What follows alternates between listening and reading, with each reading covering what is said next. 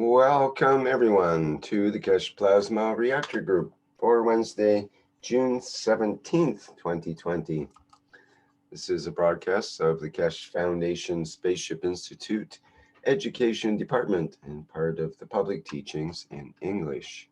My name is Rick Crammond. I'll be your host today as usual in these particular workshops every week. And we discuss things about the plasma technology in this particular group, and we get into some interesting discussions, everything from devices and replications of concepts and so on, right through to the high end of the soul-based teachings. So I usually ask people at this point what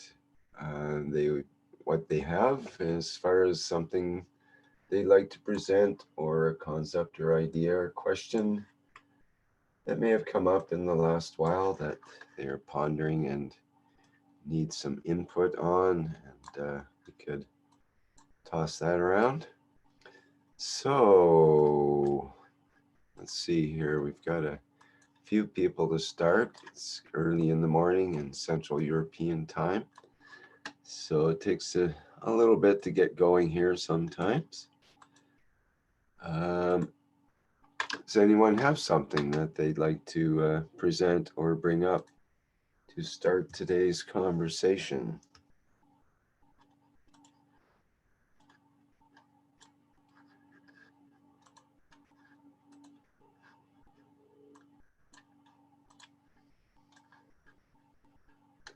Okay, gonna play hard to get, eh? Well, okay, well, we'll have to improvise. Anybody have something they'd like to improvise with? I know, I'll bring in Nikolai. He's always got something interesting to bring up. Right, Nikolai? You have been doing some interesting work, I believe, with the spraying around of the GANS water materials and generally creating the dome of peace around the Western Canadian sector of the world. Is that true? True it is. Can you hear me, Rick?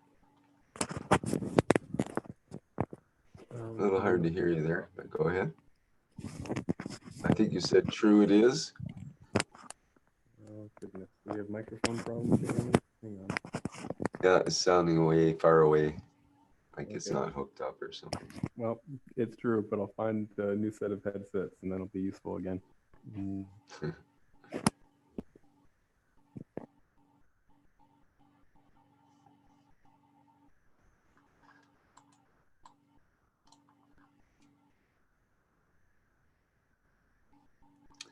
Anybody else have any results from their work with GANSs or other things they might have noticed out in the world?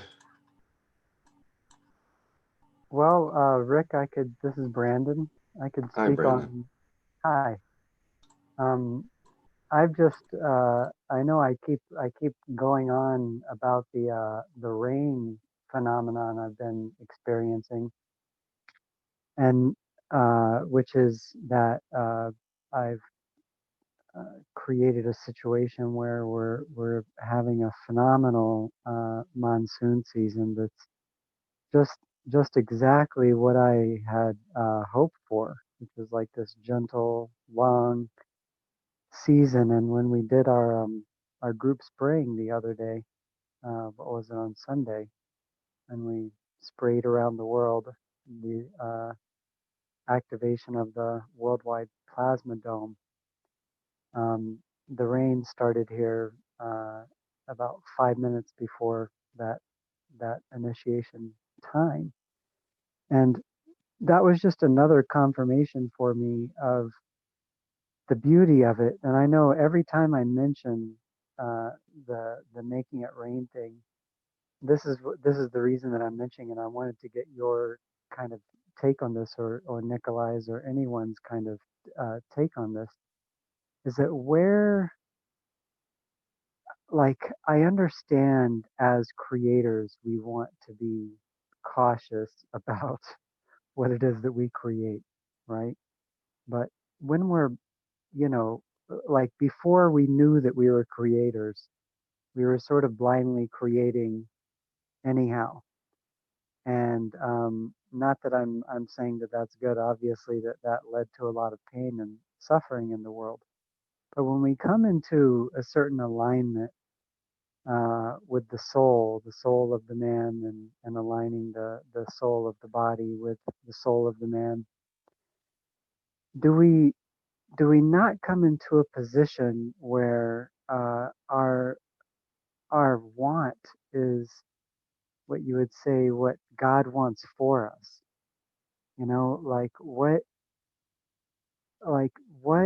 when do we come to a place, or are you there, Rick, or is Nikolai there, or because I feel like that I'm in a position where I'm being told by Gaia, by the soul of the earth, by the soul of the universe, that that what I want is what the universe wants for me, and so, which is why this wish for rain kind of happened so easily.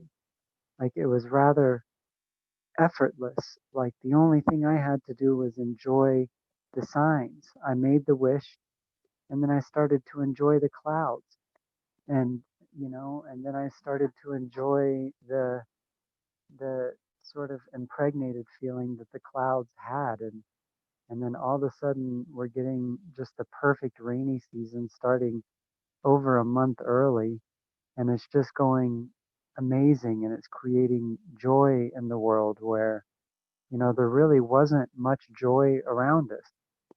And so I'm mentioning this because I know every time I mention it, somebody says, that we should be careful with creating. And I agree, we should definitely be uh, careful in what we create in this world. But is it what we want to create joy? And is our joy really so disconnected from everyone's joy? You know what I mean? Like, what? Like, I think that, I guess I just wanted to kind of speak on that because it's been kind of in my heart since when I speak of it. I always hear it seems like the last word goes to be careful what you create, and I completely agree with that. I'm just wondering, like, what is it when we get to the position of what we want being what the universe wants for us, or my desire being the desire of the creator? How are we so separate? You know what I mean? Well, there seems to be a bunch of questions there. I think it comes down to the basic question of who are you, and or asking oneself, who am I, in a more direct way. And then if you can truly answer that from the highest source, then yes, you can, you know, have your will, because the you in that case is not the physicality, but is the essence, the soul, let's say. So in that case, that will would be from the will of the creator, and you're in alignment with that, and all is well in a way, and in that there is that balance. But if we are assuming that we are coming from that position, but perhaps we're coming from the position of the physicality instead, which loves to hijack and rob us from all the it's the last thing it wants to do is give up its power over us. That it's the containment field for the soul. The physicality is the cage, right? So it doesn't want to give up its caged soul too easily. So it tends to have all kinds of reasonings and concepts and ideas on why it should be running the show and why the universe should be aligning with it, and so on and so forth. And you might look at a typical 2 or 3 year old having a temper tantrum, and is that being that young child correct in its temper tantrum, or does it need some guidance and direction in that response, and so on? So it's an interesting question. Um, Others have some comments or input on that to carry the idea? I think one thing also that comes to mind is the idea of creating consciously, as opposed to basically creating from reaction, or creating from a response from something. So in other words, the act of creation, where does that come from? Is it coming from the source, from the actual creator, or is it coming from a different place that's once removed from that situation? And that's difficult to answer objectively. We have to examine ourselves and see who and what we are inside, and how does that align with the universe, and what level are we dealing with, basically. Others input, please. Brandon, could you cite the question more succinctly for us? I know there were several, but could we put it into something as one? Yeah, I think the clearest way, it's not it's not really a pure question, and that's probably why it's not coming across like one question. I'm I'm because I think that everyone would have their own answers, but what I'm asking is, what the opinion of people, of what you guys think of, when is it that we come to a position of accepting that uh, that our desire is what the creator wishes for us, because we are created out of a desire of the creator, and the soul of the creator is the soul of us. And so when do we become sort of throw caution to the wind and just ask for what it is we desire? And I was just thinking while Rick was talking about, if we know the truth that as long as one of us is suffering, all of us is suffering, then, I think that for me, that's something I'm very aware of. And so my question is, when do we, or how do you guys get to a position of just letting go of tempering our desire and just wanting what it is that you want? Because do any of you guys maybe feel the same thing I feel? I always feel like the universe is asking me, what do you want? What do you want? What do you wish for? So when do we get to the position where we just want what we want and we know that it's good for everything? Is there, because I just find us all talking a lot of times about the malalignment between the souls. How do you know when you are aligned? I think that's my biggest question. How do you know? Well, one way you can know is by the response of the physicality? Is the physicality involved in the response or in the action that's happening? Or is the physicality in the back seat? So, if you're attempting to do soul travel or something like that in your rest period, let's say, then the physicality has to be quieted. It's got to be basically passive in order to make the soul-based activity active, because the soul basically doesn't like to hang out with the active physicality. It's too much of a lower kind of vibration for that beingness. So for meditation, they don't usually recommend the noisiest, most chaotic, interfering type of place you can imagine, although that would be the greatest challenge perhaps. But for beginners, they usually recommend a quiet place where you can get in touch with your inner self and so on, and not get distracted by a train bearing down on you because you happen to be on railway tracks or something like that. You have to have a safe place to kind of work from.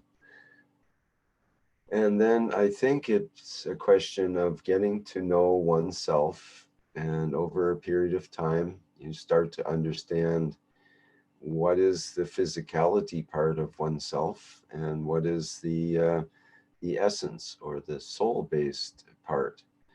And there's some activities that lend toward the physicality end of things, and some activities that lend toward the soul-based perception, let's say. And it may be very subtle. It could take years and years to determine that, of acute observation of oneself, to be totally present while you're observing your own manifestations and the manifestations of others, and to try to achieve that active witnessing point of view, the objective, impartial perspective, rather than the subjective, we call it ego-based mentality of the physicality, which goes in the mental, emotional, and physical realms. It's got his fingers in everything.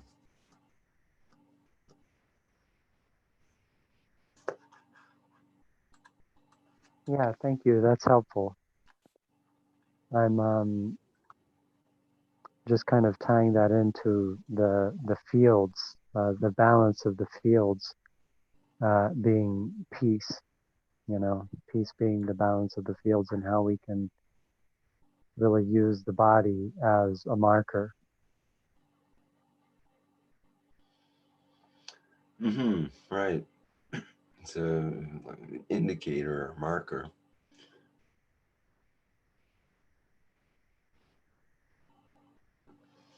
Well, when you're out of balance, you can bring yourself, Carolina has told us that you can bring yourself back into balance by using a mirror and looking in the mirror and saying such things as, I love you. You're really great.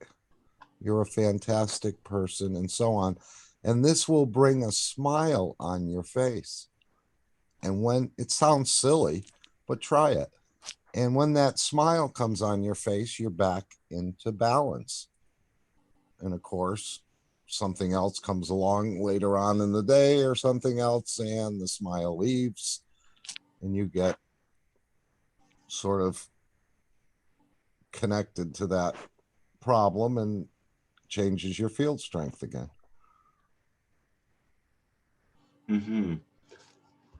So it's like an identification issue. We identify with certain problems or aspects of our lives or some part of our physicality. It's like when you get a sore tooth, and that can become your whole world. It's all about the tooth and about the pain and alleviating the pain and suffering and trying to find some way around it and taking care of the situation and so on and so on. And trying not to be short with others when you're under that kind of stress and so on and so forth.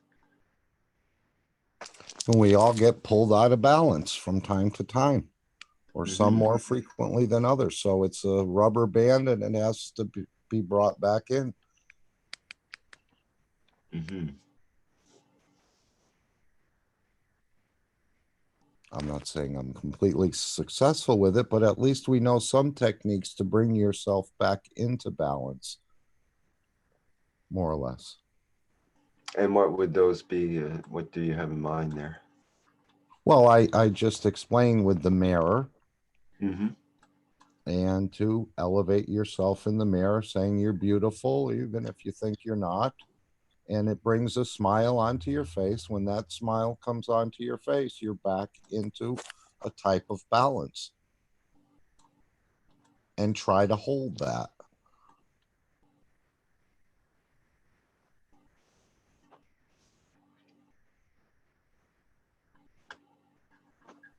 Just trying to offer some suggestions to Brandon. Yeah, I And think that's a really good one, because it's you smile because it is the truth. You know, the truth always is the most powerful thing. You know, we say we're beautiful. It's like an affirmation of what it actually really is. That really is the truth. And the you that we're addressing is not the physicality, but the looking right into the eyes of that being, the essence of that. That's the beauty in it. Some of us would have a hard time, and first thing in the morning, looking bleary-eyed and at ourselves and thinking of ourselves being beautiful.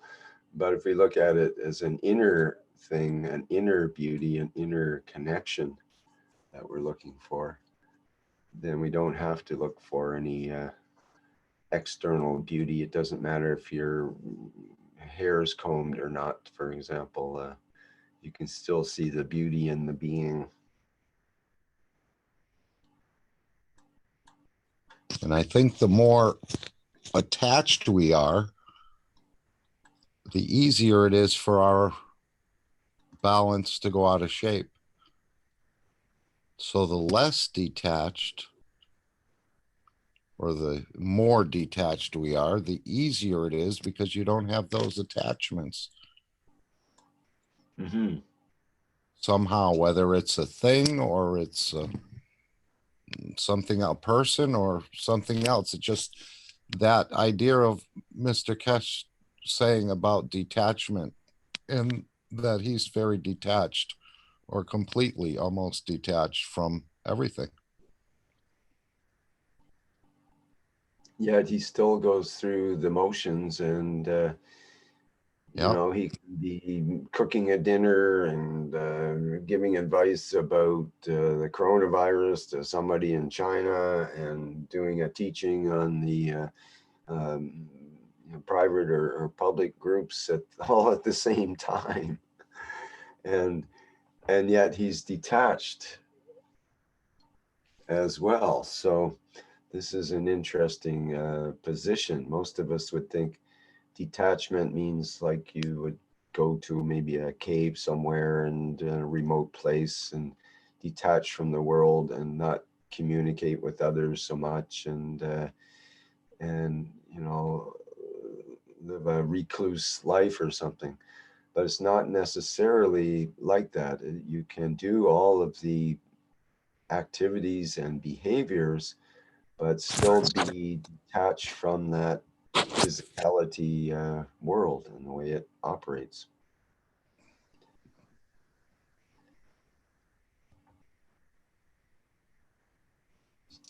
Hello, everyone. Oops, sorry, Rick, go for it. I was just going to mention, he even says he's detached from the Keshe Foundation. So he's had to do that in the last years as well. Go ahead, Doug.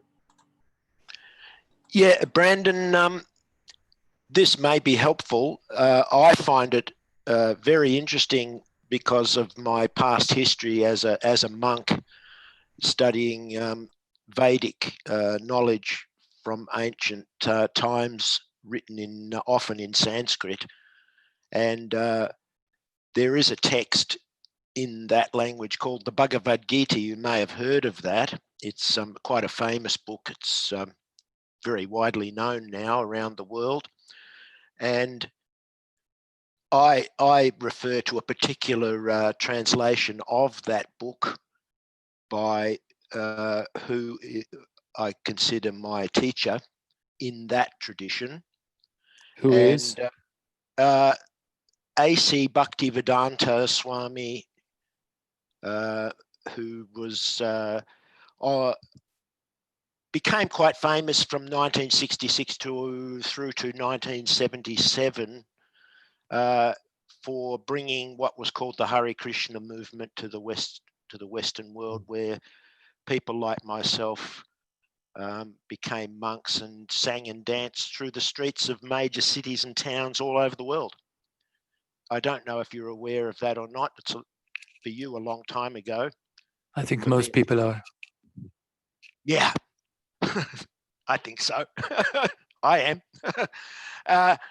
And he spent a lot of his time in the early hours of the morning translating very, very carefully many of these ancient texts into English, very fastidiously, and publishing them at great expense for the public to get a grip on this knowledge, which the Western side of the world did not really have an understanding of the depth of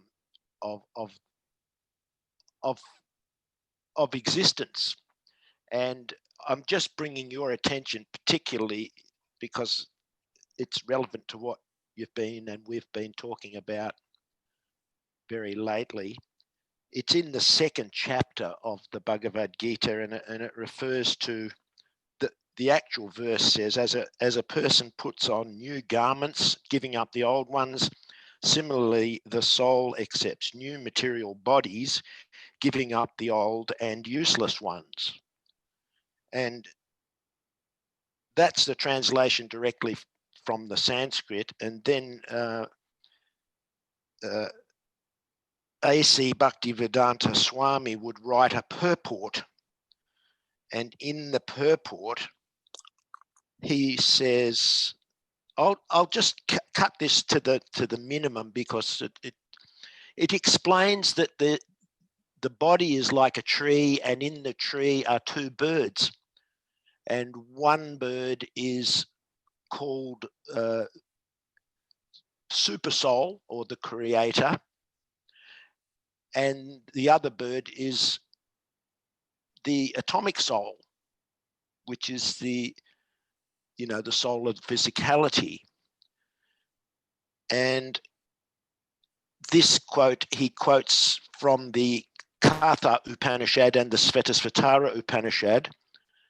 I won't read the Sanskrit, but the translation of the Sanskrit is, although the two birds are in the same tree, the eating bird is fully engrossed with anxiety and moroseness as the enjoyer of the fruits of the tree. But if in some way or other he turns his face to his friend, who is the Lord, and knows his glories, at once the suffering bird becomes free from all anxieties.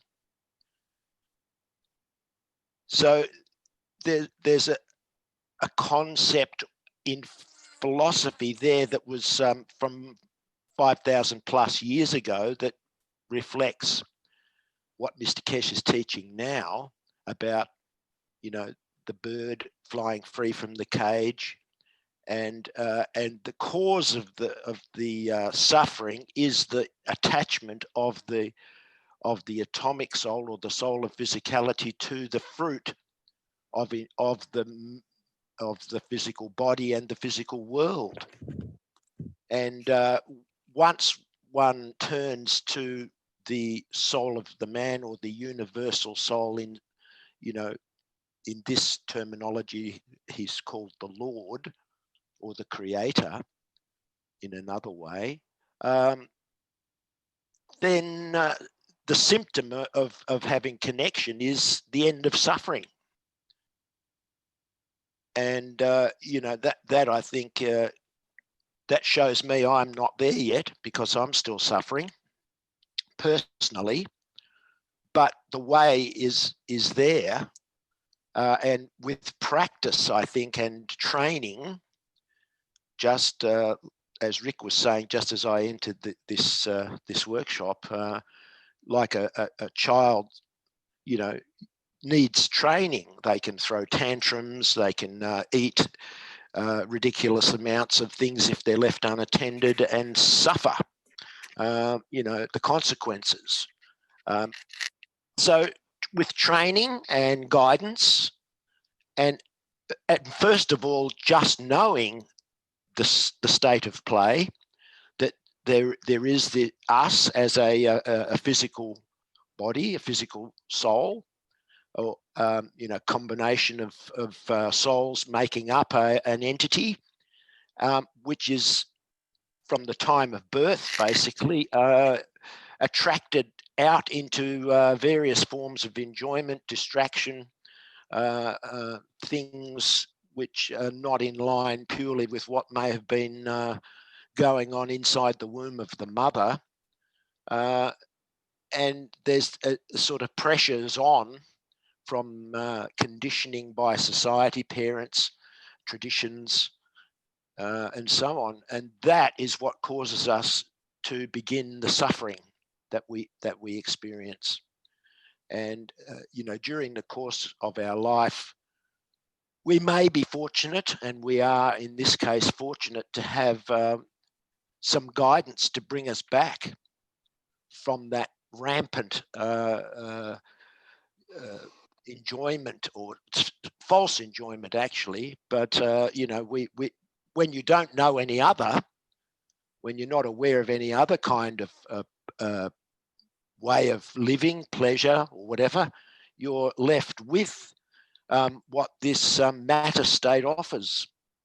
So, you know, without lingering too long, I just hope that's helpful to you, Brandon, and anyone else. You know, I always use those ancient teachings as a reference point, and I'm always seeing, without difficulty actually, the correlation between what those teachings were presenting thousands of years ago, and the teachings of Mr. Keshe in the modern times, in modern scientific terms, with the science of how to put all these things into actual practice, rather than just have them as philosophy.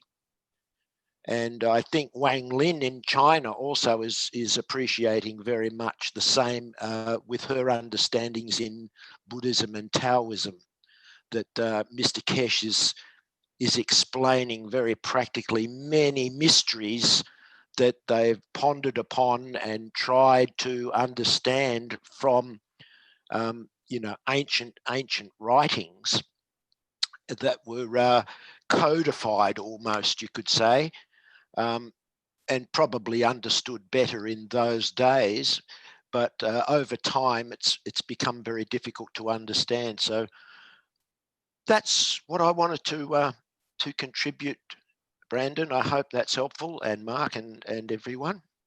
Thank you. Okay, thanks, Doug.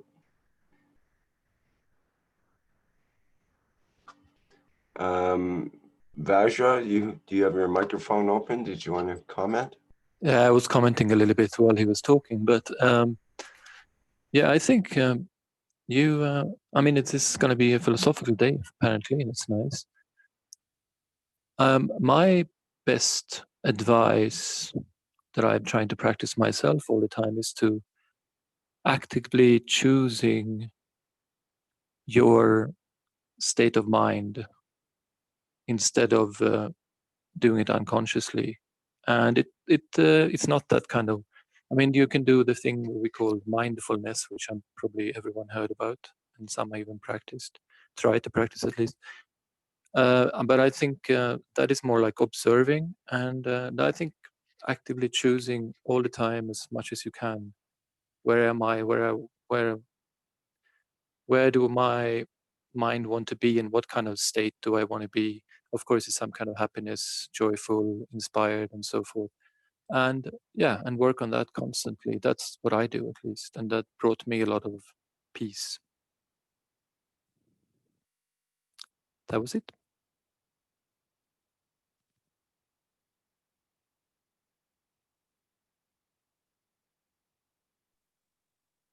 Yeah, thank you guys. This has all been helpful.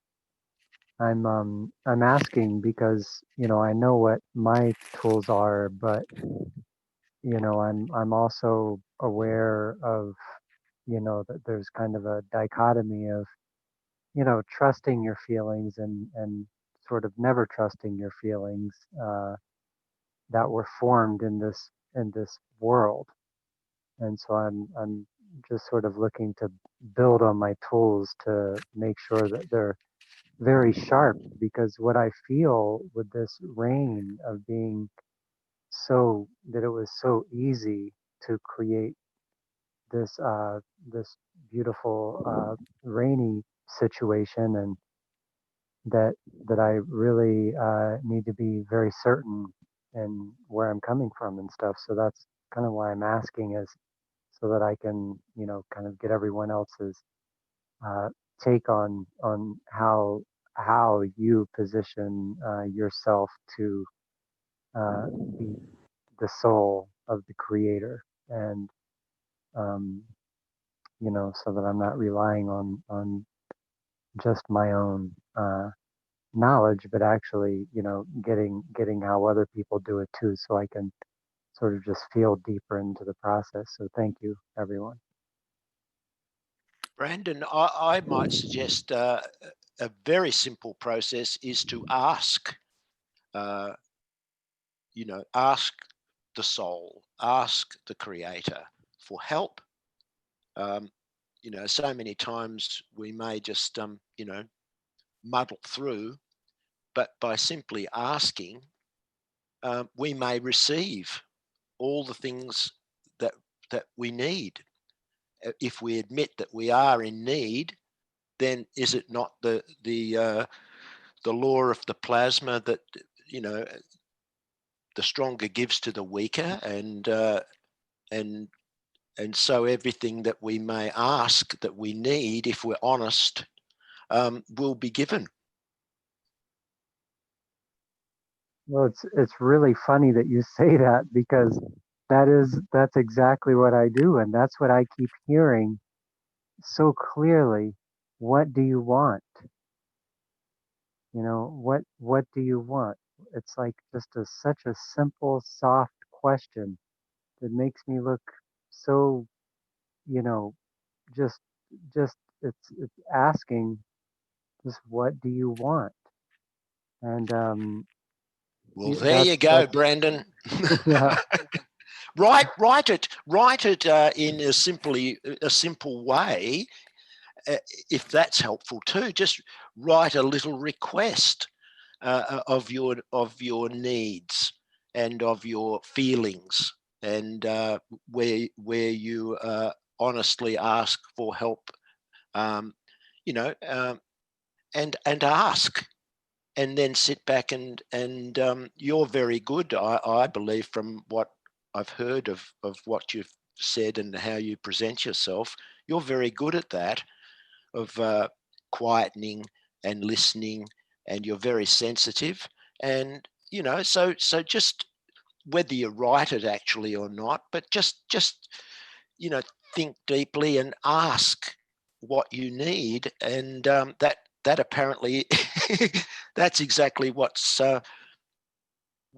being communicated to you, whispered to you, just ask what you need, and I'm perfectly willing to give it. But if I don't know, then I can't give it. So, that's something, I think now, just from this moment anyway, I'm going to be more focused on too, of actually asking for help in my specific situation. So, I thank you very much for opening that door.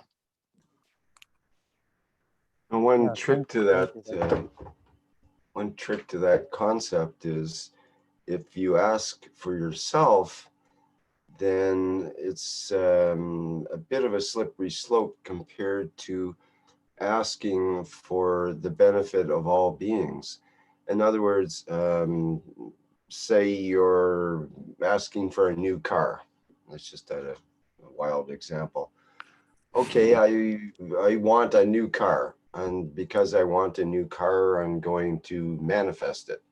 And you could have that kind of attitude that I deserve a new car, so I'm going to have it. I'm a soul that needs a car for, I need a new car because I like flashy new cars, so why not? And you can put your effort toward that and so on. But what if another way to go about that would be, okay, I'm in a position where I need to deliver GANs over the entire area where I'm at here. I don't have a vehicle. I need a car. I need it now. Okay, you can then address this wish that you have with much, much greater strength, because now you have the backing of all of those people that need that situation to occur.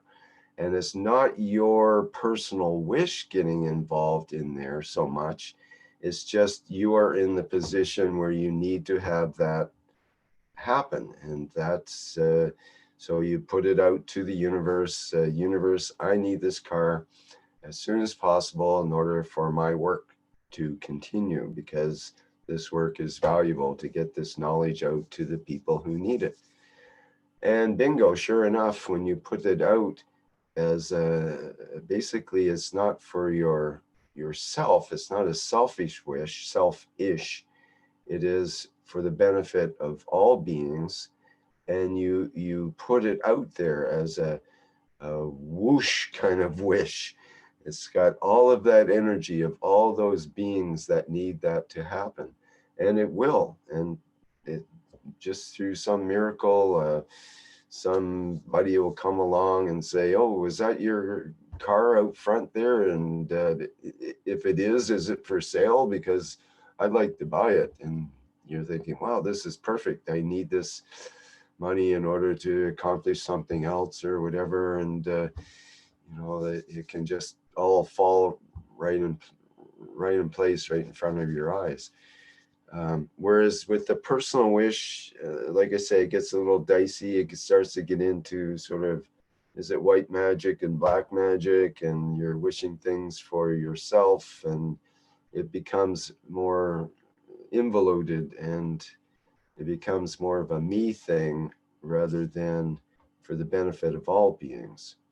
So I think if we can, that's the great thing about working with the Keshe Foundation. There's so many opportunities to work for others, to work for the benefit of other beings that actually need the help. They need certain bits of knowledge, certain just little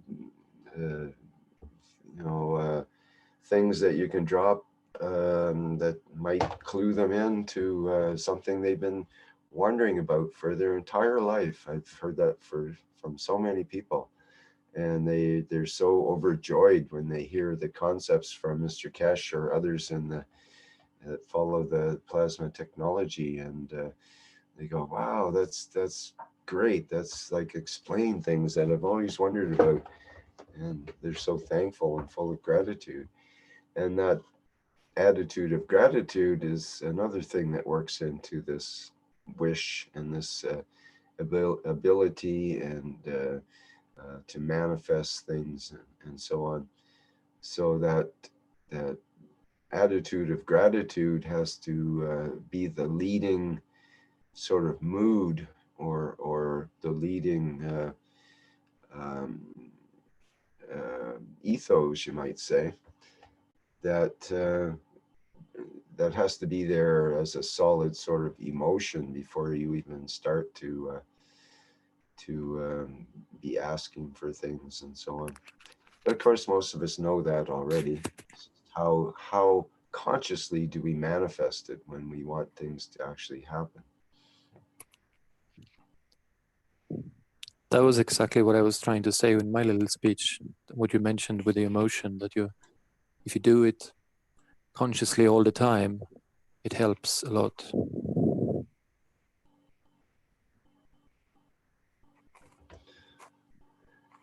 Right, and part of that process is this idea is not really an additive process in the way that, you know, you do develop skills and so on, but it's more of a subtractive process in that we are trying basically to get the physicality out of the way, to have it cease being such a leech on the soul, to allow the soul a little elbow room, some freedom, another degree of freedom, in the same way that the nanocoating is a degree of freedom away from the physical layers of the copper. And the GANs is yet another degree of freedom further from the nanocoating. There's lots of elbow room for the GANs. It gives each particle enough elbow room that it becomes this fluffy material that it's almost transparent. But didn't Keshe also mention one teaching, I don't know how long time ago, recently I think, that we also could focus on expanding or raising the vibration of the soul of physicality so that it will match the soul of man? Sorry, say that again. To raise the vibration of the soul of the physicality. Is that what you To said? match the soul of the man. Mm-hmm. So then you go the other way. It's not about creating elbow space. It's more like, you know, elevating the physicality to the level of the soul so that they can merge or whatever, meld. I don't know. Didn't he say something like that? But he didn't say meld, of course, but he talked about that you can go the other way around, I think. Or maybe I'm just being confused. I don't know. Anyone else? I think you're on to something there. I don't remember the exact words. Maybe somebody else does. I think he was saying that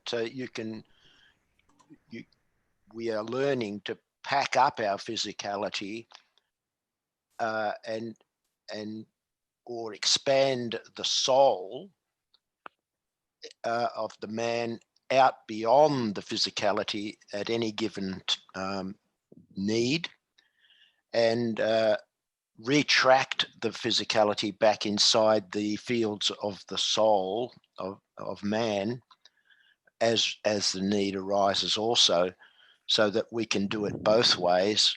We can, you know, he gave, I think, a good example of coming to a nice place and unpacking the picnic table and boiling the billy, as we say in Australia, to make a cup of tea and enjoy the view. And then when the time comes, we can pack all that paraphernalia back up and move on.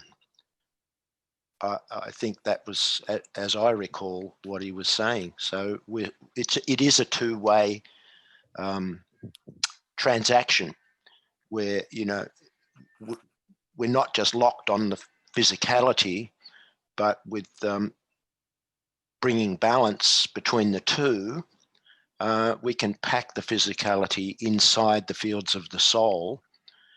And if we require, maybe we won't or we don't, but if we do, we can unpack the physicality in a suitable way that fits in with the environment in which we find ourselves in our eternal travels. Not like the picture that Rick's got on the background there with the guy in the suit with the breathing pack. You know, possibly could do that in a t-shirt and shorts if you understand how to create the right fields, dome of fields around yourself. So those are my thoughts. It's interesting because it's like we heard the same teaching, but we interpreted it different things, or slightly different things at least. I guess it's depending on what choices you made in life. Because as I understood, it was more like, yeah, you can raise the vibration of your physicality so that it will match the soul or the creator or whatever you call it, and then it won't be leaching anymore on the soul. That's how I understood it, but okay.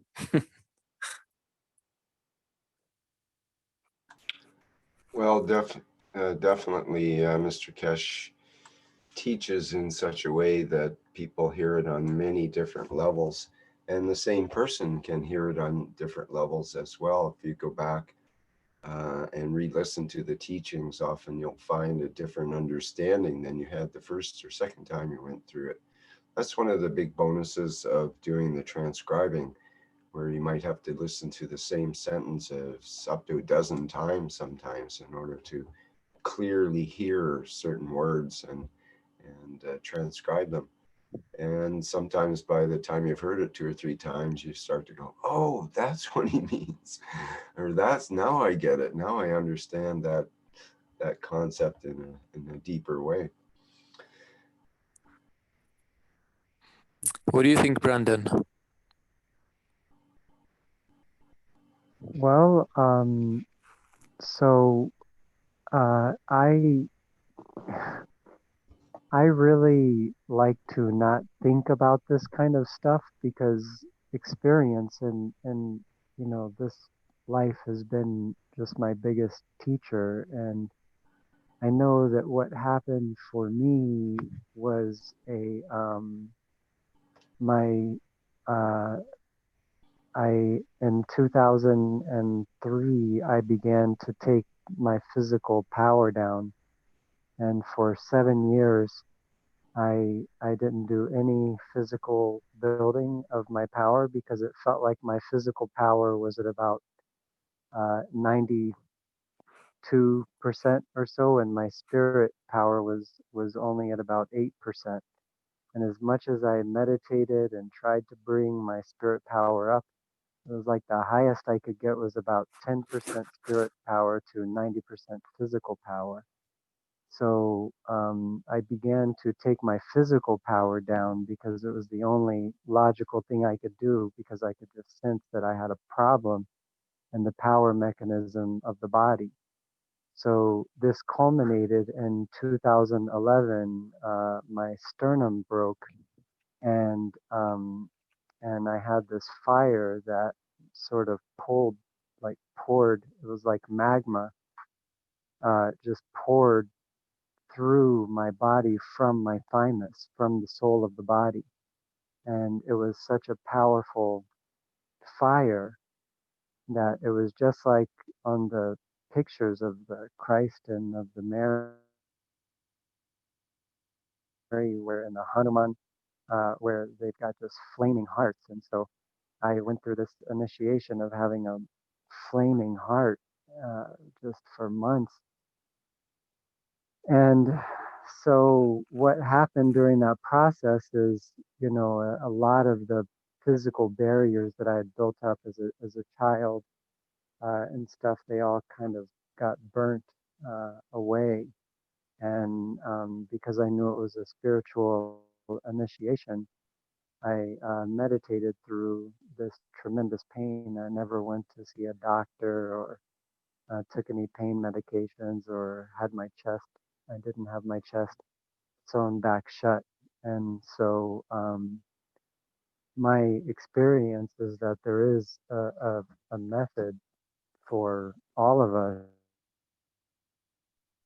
come into a balance of the souls, where there is just one soul, because there's not even really the soul of the man, really. There's just the soul of the creator. The soul of the man is a reference point from the position of the man, but to the creator, I don't know. Maybe there's just the soul of the creator. And so my experience in this is that there is a definite means of knowing that we are the soul of the creator. And I feel that's what Mr. Keshe is kind of guiding us all toward knowing, because he knows, but what if the creator is walking around knowing that he's the creator, then of course all he's going to want to do is help other people to know that they are also the creator. And so that seems to be, most of what Mr. Keshe is doing, that and creating a situation in the fields of this earth where we will all by default know the truth in the future. So that's what I think about that. I too heard Mr. Keshe say it, and I seem to get from it, what you got from it, which is that there is a means of bringing the soul of the body into a position of alignment with or at peace with the soul of the man. So, and I also use a reference point, which is right above the head for the higher self. And so I think that there's a direct alignment of everything, because we're all really, we say that, oh, we agreed to come here and do this, and that everything is being orchestrated from above. And so, I think that what we're doing is coming into alignment of what is above this world, because we are sort of slaves in a way to the soul, in my opinion. I mean, that's where I'm coming from anyway. And this is, I'm not in a real position of bullying anything around. Thank you. Thank you.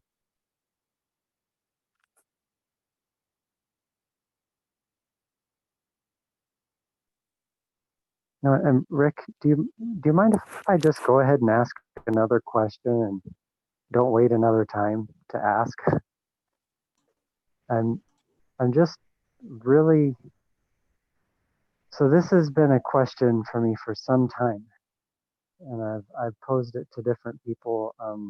A lot of you guys are aware that I teach dowsing on an international basis, and it's really occurred to me that what is the ego? Like what people call the ego, it's a very interesting thing, because for one thing, people blame so much on the ego, but the ego seems to me to be like a survivor.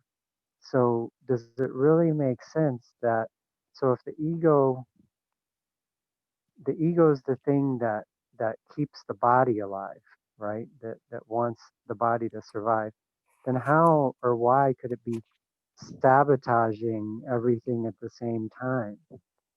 So I went to look in the body to find, well, where is the ego? And I was finding that the ego is, in the head, and then you find it in the head, it's in the throat, it's in the belly, it's all over the place. And then I checked to see, well, does the ego have a home? And so I found a very definite home for all human beings, because I checked the human family to see if the ego has the same home in all of the human family. And from what I got, the ego does have a home, and it's in the spleen. So, uh, do you, does anybody here, like, has anybody here been able to really make sense of how people say that the ego destroys everything, if the ego is just a tool, that, or the ego is a body that sort of protects the body.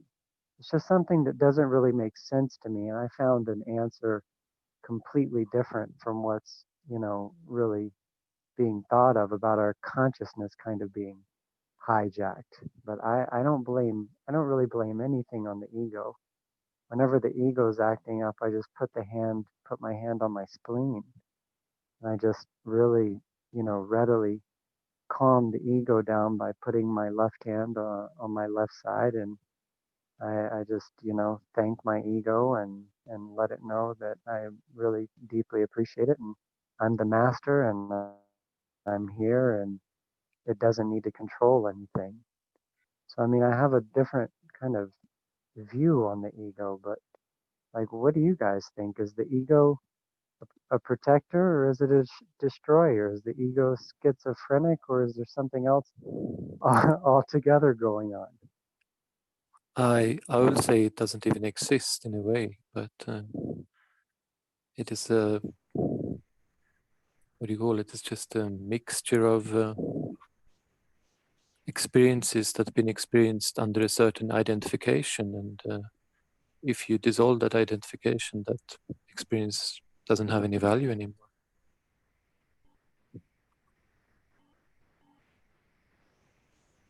But that's just my take.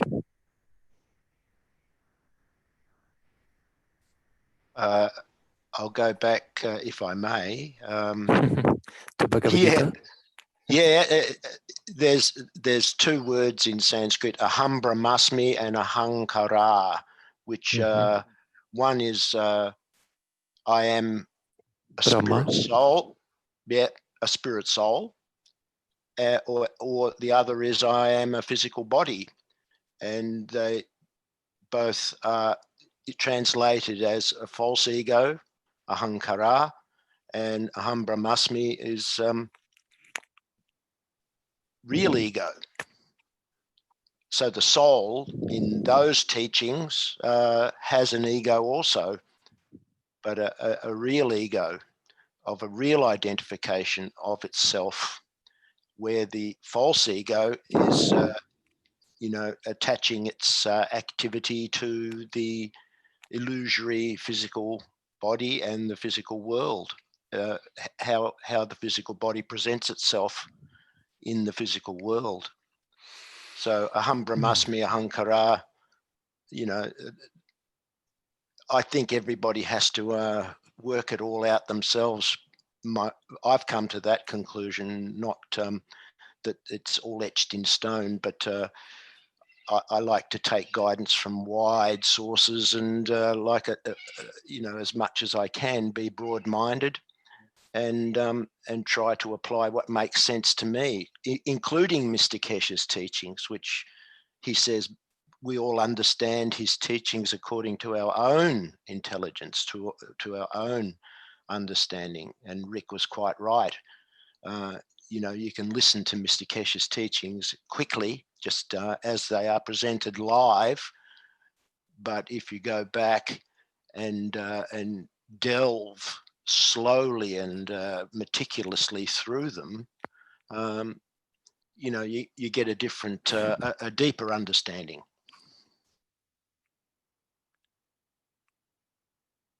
Yeah, I mean, I know about your source, and actually, I was also spending some time with that community until I found out that they were looking down on the non-dualistic theory, and I thought, oh, why do you do that? Is it not complementary? And I had to step away from them. But yeah, I don't know. It's hard to say if we should. Boy, Vajra, if we that should is talk about a very ancient debate, isn't it? Between yeah, I know. That's what that's I'm been saying. going for thousands and millions of years, probably. About is it one and no division, or is it duality, or is there a separate? You know, it's separate. Yeah, exactly. And then you can bring in the Buddhist teachings and Vajrayana teachings, and then I mean I can bring in Padmasambhava's teachings because that's my favorite teacher, and he would say everything is natural appearance, but he says it's only appearance, but it's natural appearance. And then you have like, okay, what is natural appearance? And then, you know, people talk about inherent appearance or inherent existence. And, Yes. and you know, and I could say nothing is inherent existence. And I do believe that from a logical point of view.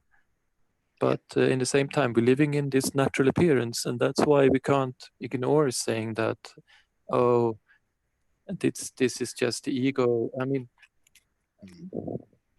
You know, you mentioned it's without an illusion, so and that's kind of the concept here. Is it is what we see an illusion, or is it real? And yeah, but this is that's a big question. that's the thing, Rick.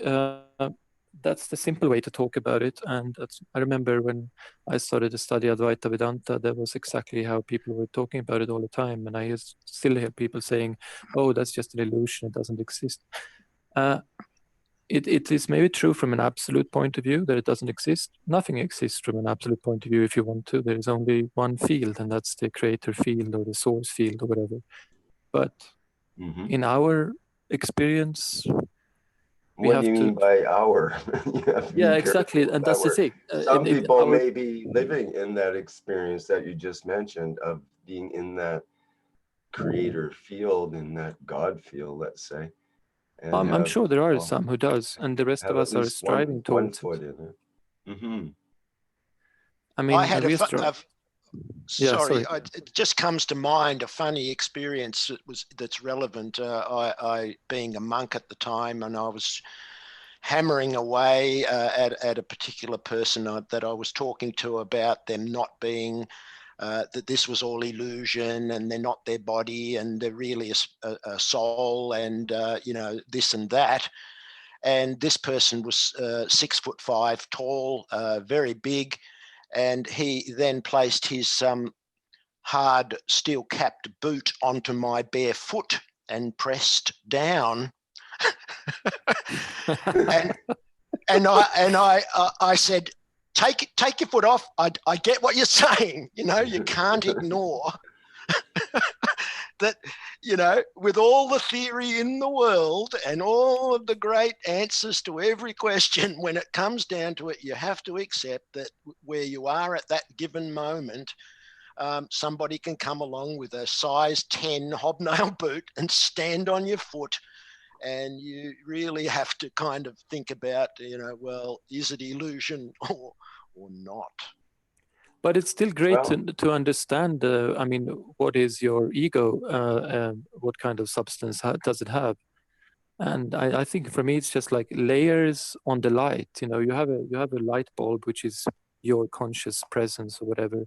And then you just put layers or different layers above it. And the conscious is still behind it, but you have identified with the layers instead of identified with the consciousness, which is there. That maybe that's my best explanation. right. And at the point of separation, then that could be an error to identify with the layers rather than the light bulb. Because That's right. if Yeah. we're separating, we don't want to stick with the layers. The layers are going to be ending up layers of the earth, basically. And that's They come where with our us, probably. consciousness, that's might be where our consciousness goes if we choose that at the point of death. But if we choose to go for the source, that light bulb, then we stick with that, and that'll be our, you know, that'll carry us through. Basically, that's our guiding light in a way, is our own light. So I think that if we seek that light all the time, as much as we can, by going inward and actually using our own ordinary attention and seeking the source of attention, which is the source. And there's various exercises and ways that people do that and can do that, as many have told over the years and actually over the centuries probably as well. So these are sort of known techniques and so on in order to activate our essence and to work with the physicality or bypass the physicality, or use that energy like like they do in judo or some other martial art, where you use the opponent's energy against them by, entangling their own energy in themselves. Well, in a way, we can do that with their physicality, and find ways to keep it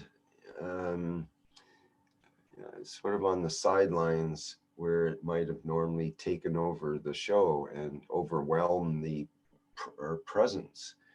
And then our presence takes us the back seat instead of driving the car, and we end up inevitably making a boo-boo of some sort when our physicality takes over and the soul no longer has any effect. Then I think we're in a dicey situation, because physicality stuff doesn't reign, and when it comes right down to it, it's everything starts from a soul point, from that emotional point where somebody decided something wanted to exist, like ourself, for example, and that wish to express our existence it comes before the actual manifestation, comes before the actual existence happens. I think, Rick, you hit the nail on the head, and talking about that word essence. If you look with an open mind across all manner of esoteric, etc., and spiritual and whatever information that's been gathered over the millennia on this planet, they all say you have to focus on, at the time of departure, of separation, you have to be conscious of, are you going to choose? What are you going to choose? Are you going to, just throw everything up in the air and let it land where it will? Or are you going to focus on what you yourself, and, from your own understanding, choose as a next step, and the next dimension, the next place to navigate yourself to? So, Exactly. Yeah, I think that hits the nail on the head. That Now, you can transfer that concept that you just brought up there, which we normally think of, that concept of the end of life, or normally we think of as death, and that choice then, or basically the idea is, are we able to have a conscious passing? Are we able to actually consciously choose the next lifetime at that moment of passing, and be conscious during that transition? Or are we going to black out and not remember, not know, and, like you're saying, just throw it to the wind and see what turns up next time around? Hopefully it'll be the next best experience for the soul, and so on. But there is the possibility that we can have a conscious interaction during those points. Now, if you take that idea of death at the end of what we call our lifetime, a normal 80 years or 70 years or whatever it is, maybe it's down to 50 years now because of all the death, destruction, and doom in the planet. But in any case, we have a certain lifetime here. But instead of looking at it as a full lifetime and then death, and having, working your whole life to get to that point of that choice of having a conscious passing at their death point, you could transfer that into actually every moment has that that latency, that possibility built into it. In fact, if you look at the modes of existence, we have birth that we know about. You know, the birth process, and we have life, where that born being develops through its life. And then we have the death process, where that lifetime ends and whatever carries through gets carried through. But then we have the fourth aspect of existence. Those are all three aspects of existence: birth, life, and death. They're all parts of existence. And then, you know, mostly in North America or most cultures, in modern cultures, death is it. That's the end of existence. But what if there is something else beyond death that we could call the transition or transit or between lives state, or well, call it what you like, but it's the transition into the next lifetime. So it's pre-birth, before entering into any manifestation of a lifetime. But that is the choice point we have. That's where we can choose the next lifetime if we're conscious and if we have the habits built up that allow that to happen. Because we might not have our conscious mind, what we call our conscious mind now, with all of its ways of deliberating and thinking about things and whatnot. It might be, you know, built into our habit structure, you know, to, for example, the attitude of gratitude that I mentioned before. If we have that built into our habit structure, then that comes out in those points of stress, such as what we call death or transition. And if we look at that, it's not death at the end of our life, but actual transitions we go through on a moment to moment basis. So we have both birth, life, death, and transit built into each moment. And so we go through a cycle. I'm choosing to talk right now on this, I don't even know if there's any beings out there other than I feel them. But my screen is, you know, I've got some pictures and different things and so on going on. But I'm choosing this as a particular lifetime right now. I could suddenly stop talking. Boom. And then that could be the end of that creation cycle. Someone else comes in with another creation cycle. So I go through the birth of an idea, let's say, the explanation of that idea, the ending of that idea, or perhaps the death of it because of something else comes in. And then I'm left to making a transition into the next lifetime, which is the next concept that gets born in the moment, you could say. And that has its life and its death and its transition. And these are usually associated with certain postures.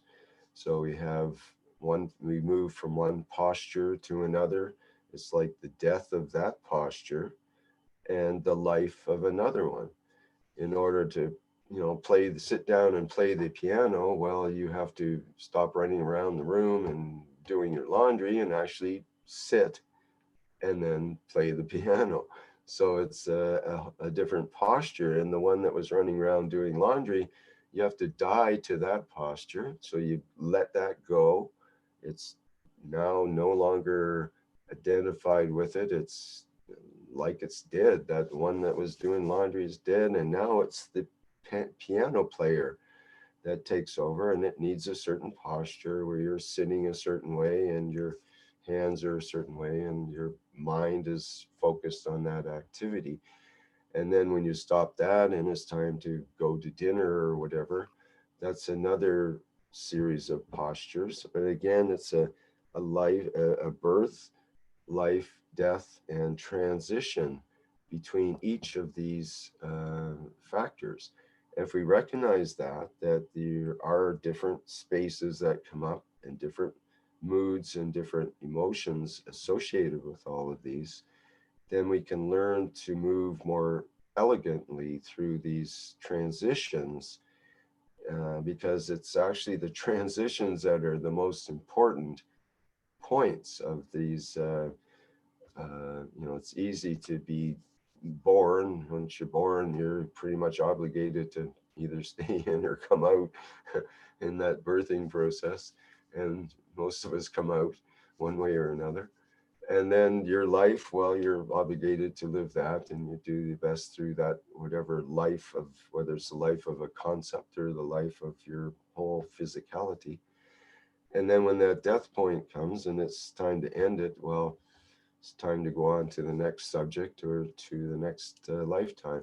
But that transition is very important.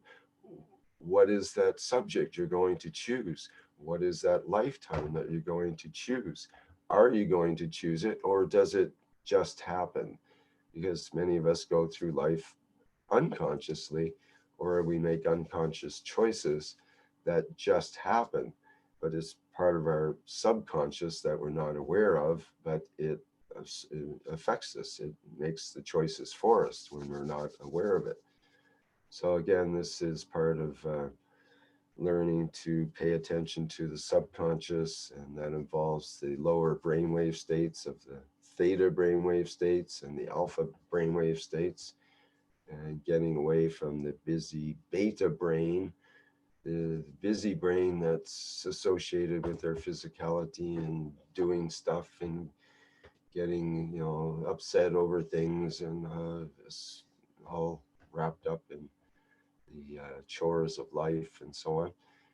Whereas the subconscious, usually the body has to calm down and be in more of a passive state in order for us to access those deeper brainwave states. So some people might go into trance, or say a medium might close their eyes and say a prayer or do some sort of thing, keep the body pacified enough that the soul or the essence can come out and play. And that's a lot of what Mr. Keshe talks about when he talks about the cage of that the physicality has around the soul, and that at night when we lie down to rest, that's an opportunity for the door of the cage to open and for the soul to come out and play. But again, the transition of that soul coming out to play, are we conscious of that transition? Are we controlling that, or is it just happening maybe once or twice through your lifetime, or can we actually direct it and have it be something that we can learn to work with in a not in a controlling way really, but in a witnessing kind of way, in a way that we're able to be there present for that transition. Just in that vein, Rick, it's funny about phases of life. When you get to my age, the focus of things changes, and you do start to think or be conscious of a point getting inexorably closer that you're going to leave your physicality, for whatever reason it might be, but it becomes sort of a little bit more obvious that the footloose and fancy-free stages of life are in the past, and wild oats have been sown, and and so on and whatever, and fun has been had, and it's all a wonderful game that'll go forever. And but when you actually transition into what we call older age, the whole consciousness changes. and many of the frivolities and trivialities and you know, whatever's you know, as Brandon was saying, you know, the strength of the physicality starts to wane. I can't climb ladders like I used to. I can't lift the weights I used to. I can't perform tasks that I used to. And is that bad, or is that just a hint allowing me to concentrate on something beyond the physical world, so that you know, when Sandor passed away, there was much discussion about what happened, and you know, I have transcribed and subtitled where Mr. Keshe was talking about that in great detail, and it was made clear that Sandor was a master of Ganses, a master of everything Mr. Keshe has given in up to that stage, and yet he discarded all those things, and there was no way anybody was going to stop him departing to a new dimension. And you know, that's something that becomes a little bit more obvious. I think, Rick, you're not a you know, a young puppy anymore either. So I think you probably would agree with me that you know, what you were thinking about when you were 20 years old is not the same as what you're thinking about when you're 40 years old, and it's not the same as what you're thinking or concentrating on or conscious of when you're 60 to 70 years of age. There are these transitions, and you know, I think it behooves a conscious entity to think of, you know, to be aware of this, and not just wait till the very last second and you know, try and pull it all together really quickly, but you know, through moment to moment, as you were saying, Rick, you're aware that, you know, of keeping those important things in the forefront, so that it's a moment to moment, because you basically can pass away at any time. You can just be walking down the road and a brick falls on your head, or you catch coronavirus, you know, in some way, and you haven't prepared yourself and you just drop dead on the street, or you're driving in the car and the brakes fail, and or some idiot comes out from the side street and bing, you're gone.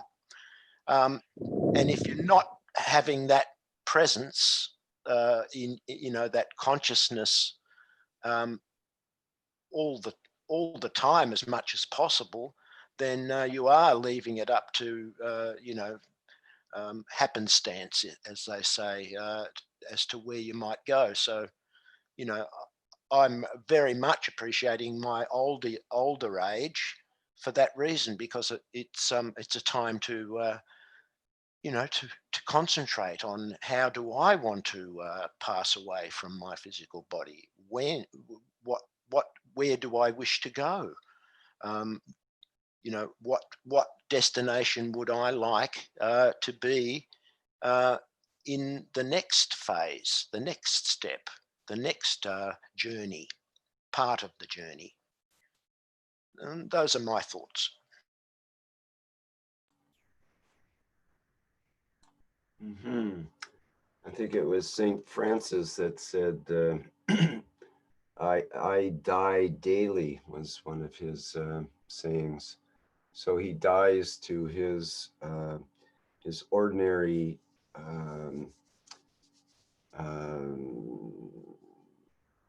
what would you call it? His ordinary habits, or his ordinary, well, basically his physical self desires, the ordinary desires. You die to those, so you start to practice basically for death, so you don't have the urge to want to keep going with certain things that are no longer possible at the end of the physicality life. So in other words, to place one's attention on something that's more permanent than the physicality, which will eventually disintegrate and kind of break up and fall apart and so on. I think there was another, might have been Hegel, a German philosopher, who coined a simple phrase, die to live. Makes people think. Die to live. So somehow death is, as we are starting to understand now, is an opening to real life. It's not the end at all. It's just the end of a phase or a set of circumstances. And the real fun, if I've heard Mr. Keshe correctly, and I think I have, the real fun begins when the physicality is finished. That's when, has he not said a number of times, if from Baha'u'llah, his prophet of the Baha'i, if people knew what it was like to be beyond physicality, then everyone would commit suicide immediately.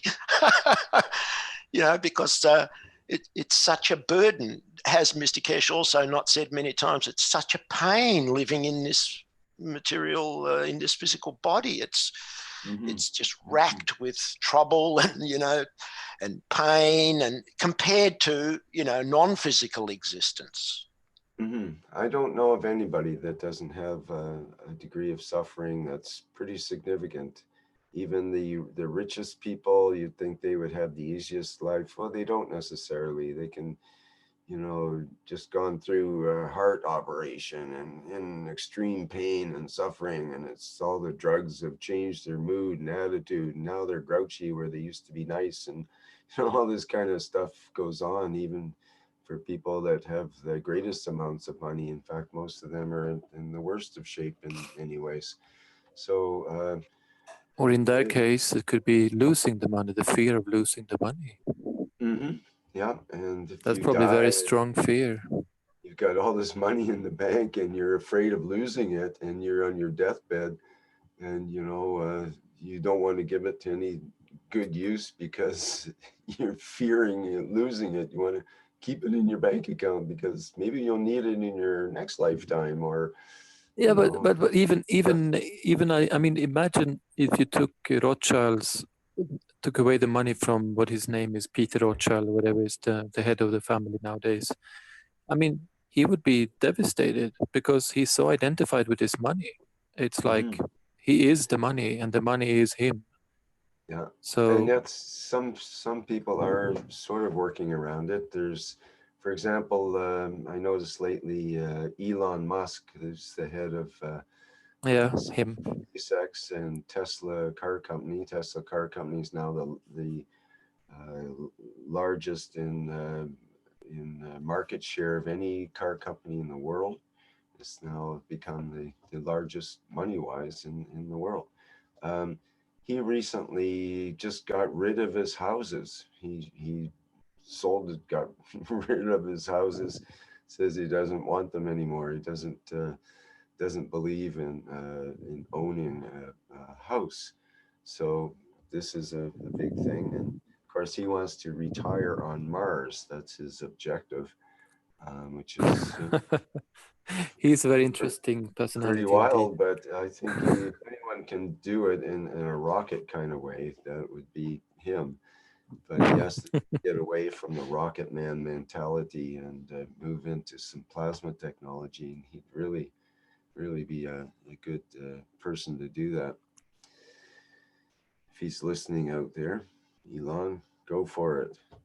Get hooked up with Keshe and become the king of the plasma technology, and do it in a better way than with the fiery rockets. It's very funny, isn't it? We don't know what Elon Musk is thinking. We don't know whether he listens. I believe he actually listens very closely, like a lot of industrialists and people of that kind listen very, very closely to Mr. Keshe. And then take the bits they understand and add those bits into whatever projects they've got going. I really think that that's the case. You know, I remember Elon Musk was going to patent either a battery or something, and you know, then he realised because the nanotechnology he was using came from Mr. Keshe, and he couldn't patent it because it was already public domain. The patents have been released, you know, had been released for some time, and he couldn't actually patent it. But he went on anyway and used what he understood of Mr. Keshe's technology, you know, and went on and went on and went on. And I'm sure there's other, you know, I think we'd be surprised how much of Mr. Keshe's technology is in and around our everyday life, in our vehicles and in our equipment and so on. Even our computers are probably, as they develop, you know, they're probably using a lot of Mr. Keshe's knowledge and technology and just adding what they can understand of it into their existing systems and making them more efficient. Yes. So the image I've put up here, perhaps Mark could explain a bit about it. That would be maybe a good thing to enter into here. Mark, would you like to go ahead? Okay, this is a cutting. Let's see, let's go to another picture, the one with the two plants. I don't know if I have another picture unless you sent other. I think I sent about 8 of them. No, I've only got the one image. There's only one attachment that came through. All right, let me see if I can get you a couple more pictures. But anyway, it's the growth of the leaves and the stem, which is at least twice to 3 times as large. And it's just using the GANS water. It's a house plant. And I had a couple examples of that with 2 cuttings. This is one cutting from one plant. And if I can find it or send you the rest, then we can see the rest. So for our information, what GANS water are you choosing? I'm just using, well, I have in the past used the Cup of Life and, well, in the past, the CO2, basically, which has zinc and CO2 in it and probably many other things not aware of, but more recently, the tap water and the Cup of Life, #1. And they seem to love it, as Mr. Keshe indicated they would. He said, try it on your plants.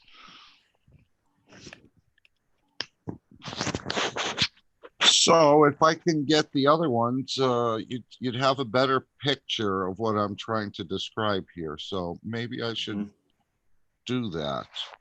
How diluted is the GANS water? How many times did you dilute it?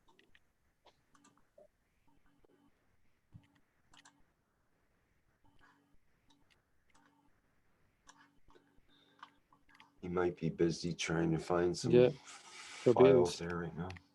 No, sorry. No, it's not diluted. It's the Cup of Life. You mean you #1. syringed it directly out of the Cup of Life? I'm not taking any GANs, which probably No, there are but some the salt GANs in water. all the waters. But it's salt in it. Oh, no, you can't put the salt water on a plant. It would be. No, that's what I'm saying. So how many times did you dilute the water before you know, how many times did you rinse it? Rinsing the GANs, yeah, because you don't dilute the salt water, but you actually rinse the GANs. Yeah, you rinse it. That's what I meant. How many times did you rinse it? Well, gee, the more I use the same jar, the more it gets rinsed. But I probably started using it when there wasn't a salty taste to it. Okay. So as you keep using the same jar, you're going to rinsing. the same dance. If you fill up the jar and take half out or so, Yeah. third out. That's No, I right. just wonder if you had any specifics approximately, if you did it 10 times before you started using it or something, but you didn't. Okay. No, just to the taste of the salt to my mouth. Yep. When it became sweet, then it was time to use it. Okay. What I find is in terms of parts per million, it's around, at least with my sense of this taste of salt, it's around 1,000 parts per million that it starts to have no taste of the salt for me, like this, what Mark said is the sweet water condition.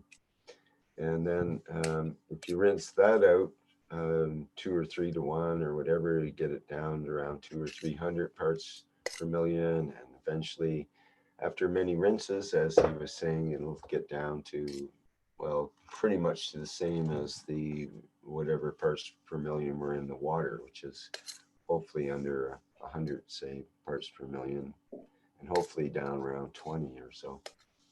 Because I remember I was listening to Sandor's explanations in that 12 series workshop, and he talked about something like 15 to 16 times or something.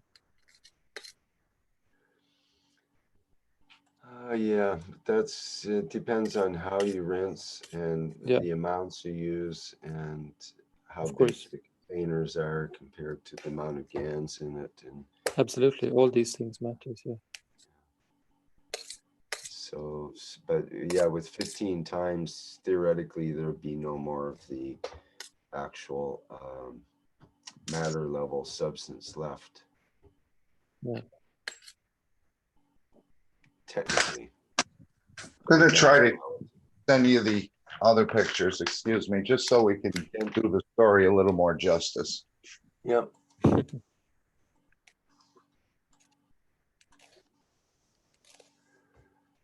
Okay, any other comments on either the previous subjects or this, or anything else you would like to bring up in the meantime while the hotline is being downloaded with some pictures?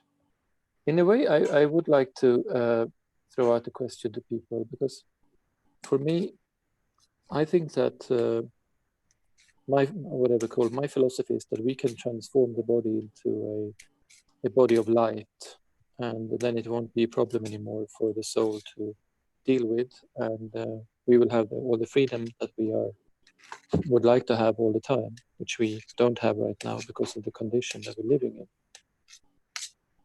Yeah, what's your point of view? Do you think that's possible?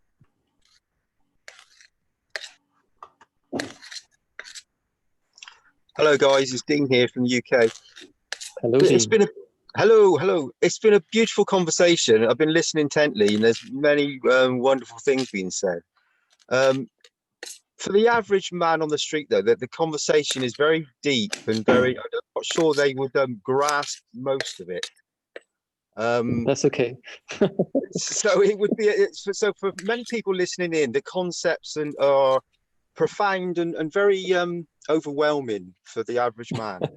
And it depends on your audience, who you're trying to get through to. Are you trying to get through to people that have had an experience, have gone through an experience in life? As Rick said, you go through this once or twice. Consciousness, what is it? What does it do? Where does it come from? Is it directly from the creator? Are our eyes the portals that take us directly through from the creator so everything we see is basically the creator looking back or looking at himself or viewing out? What is it? What is it that we're trying to have an experience of? So again, that's getting deep for most people that have not had a spiritual experience, or just not an average person, because everybody's exactly the same, we're all equal. But if they've not had a feel strength experience that has enhanced their lives in a certain way, or brought them to a position where they I don't know the right words, but where they've experienced an emotion or a motion or a A state. transition at all, a state, a position, if they've not experienced that, they won't quite understand where this conversation is coming from. So sometimes I think we need to make it, and some people have not had the experience of the Keshe Foundation deep enough yet for them to actually understand the principles of what you're talking about sometimes.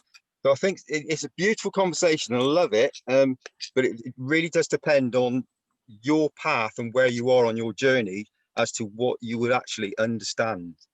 But there's many, many beautiful concepts being spoken about here. But I think sometimes you just need to bring it back a little bit for some people. But this is our chance to have a discussion about this, because nowhere else, where else can you talk about these things? I mean, do we really have to go back? I kind of like that Brandon started it the way he did, with this fairly complicated philosophical question, even though he had his own answer, but he wanted to hear other people's approach to it. And now I'm throwing out the same thing. I want to hear other people's approach to it. Yeah, no, it's very good. Sorry, Doug, do you want to come in and say something? I was just going to say. First, let me. Yeah, go, Rick, go. Yep. Vajra, I think there's a lot of noise in behind your microphone there. There's something. Sorry, yeah, I was cutting some ginger at the same time. That's why. Oh, okay. Could you please mute when I stopped that though. Yeah, I stopped it. Very, very distracting for me. Okay, good. Go ahead, Doug.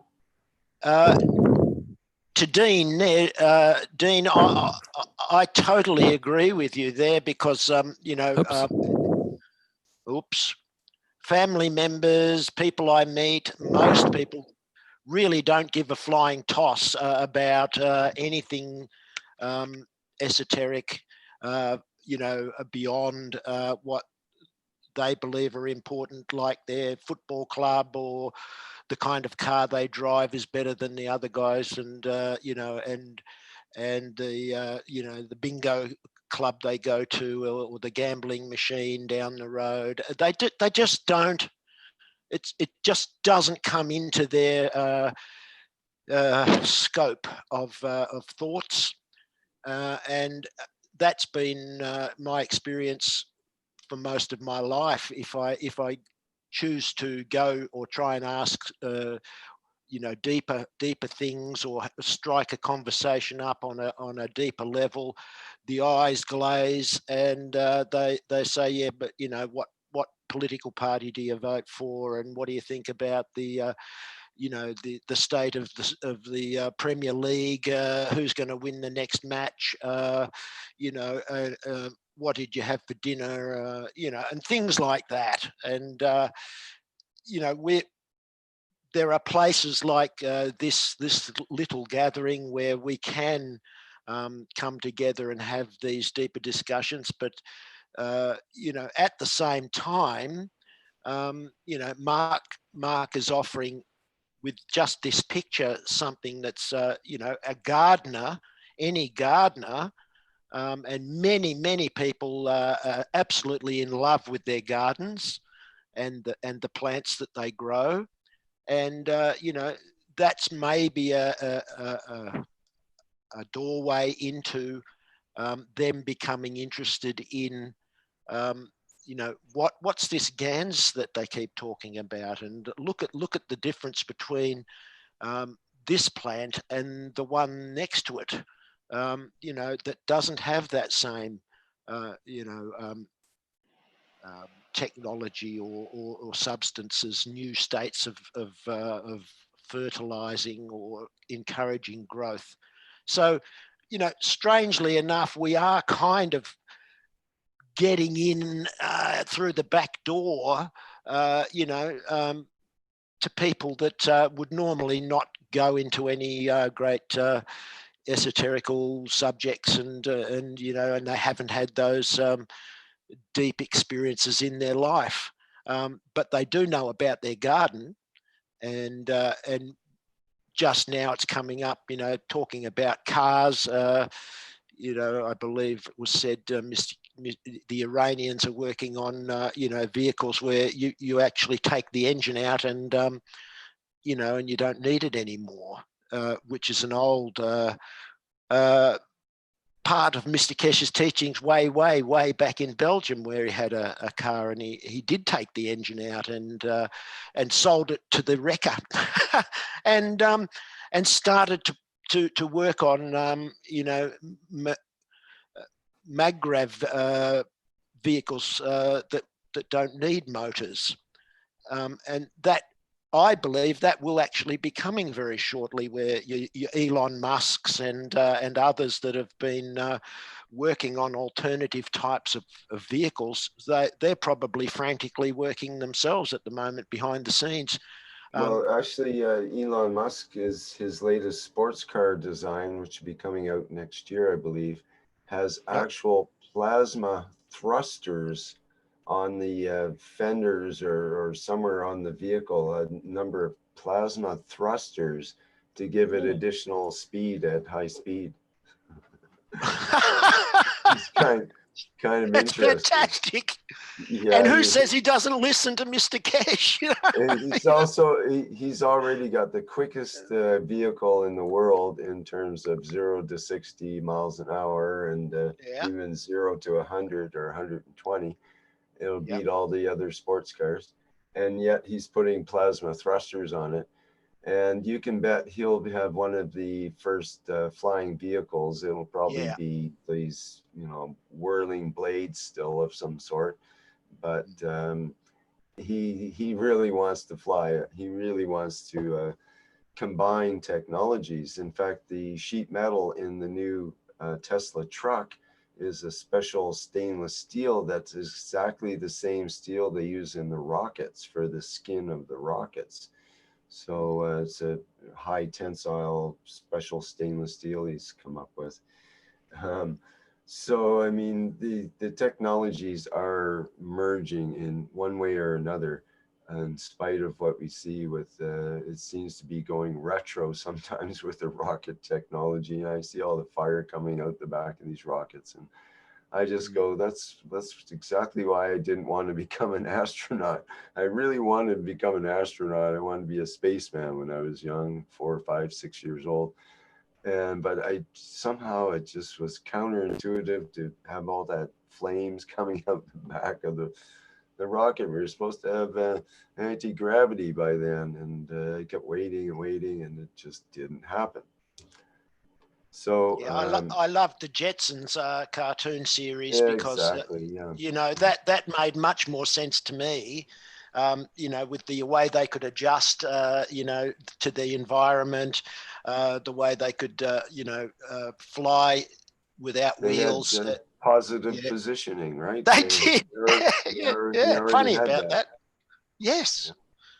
Yeah, and that was much more attractive than going down the local drag strip and watching the tires burning and the giant smoke coming out the top, and everything else. So, Dean, back to you. That to me, it is infiltrating into the common man, as you say, the man on the street, the person who wouldn't want to have a high philosophical, esoteric sort of discussion.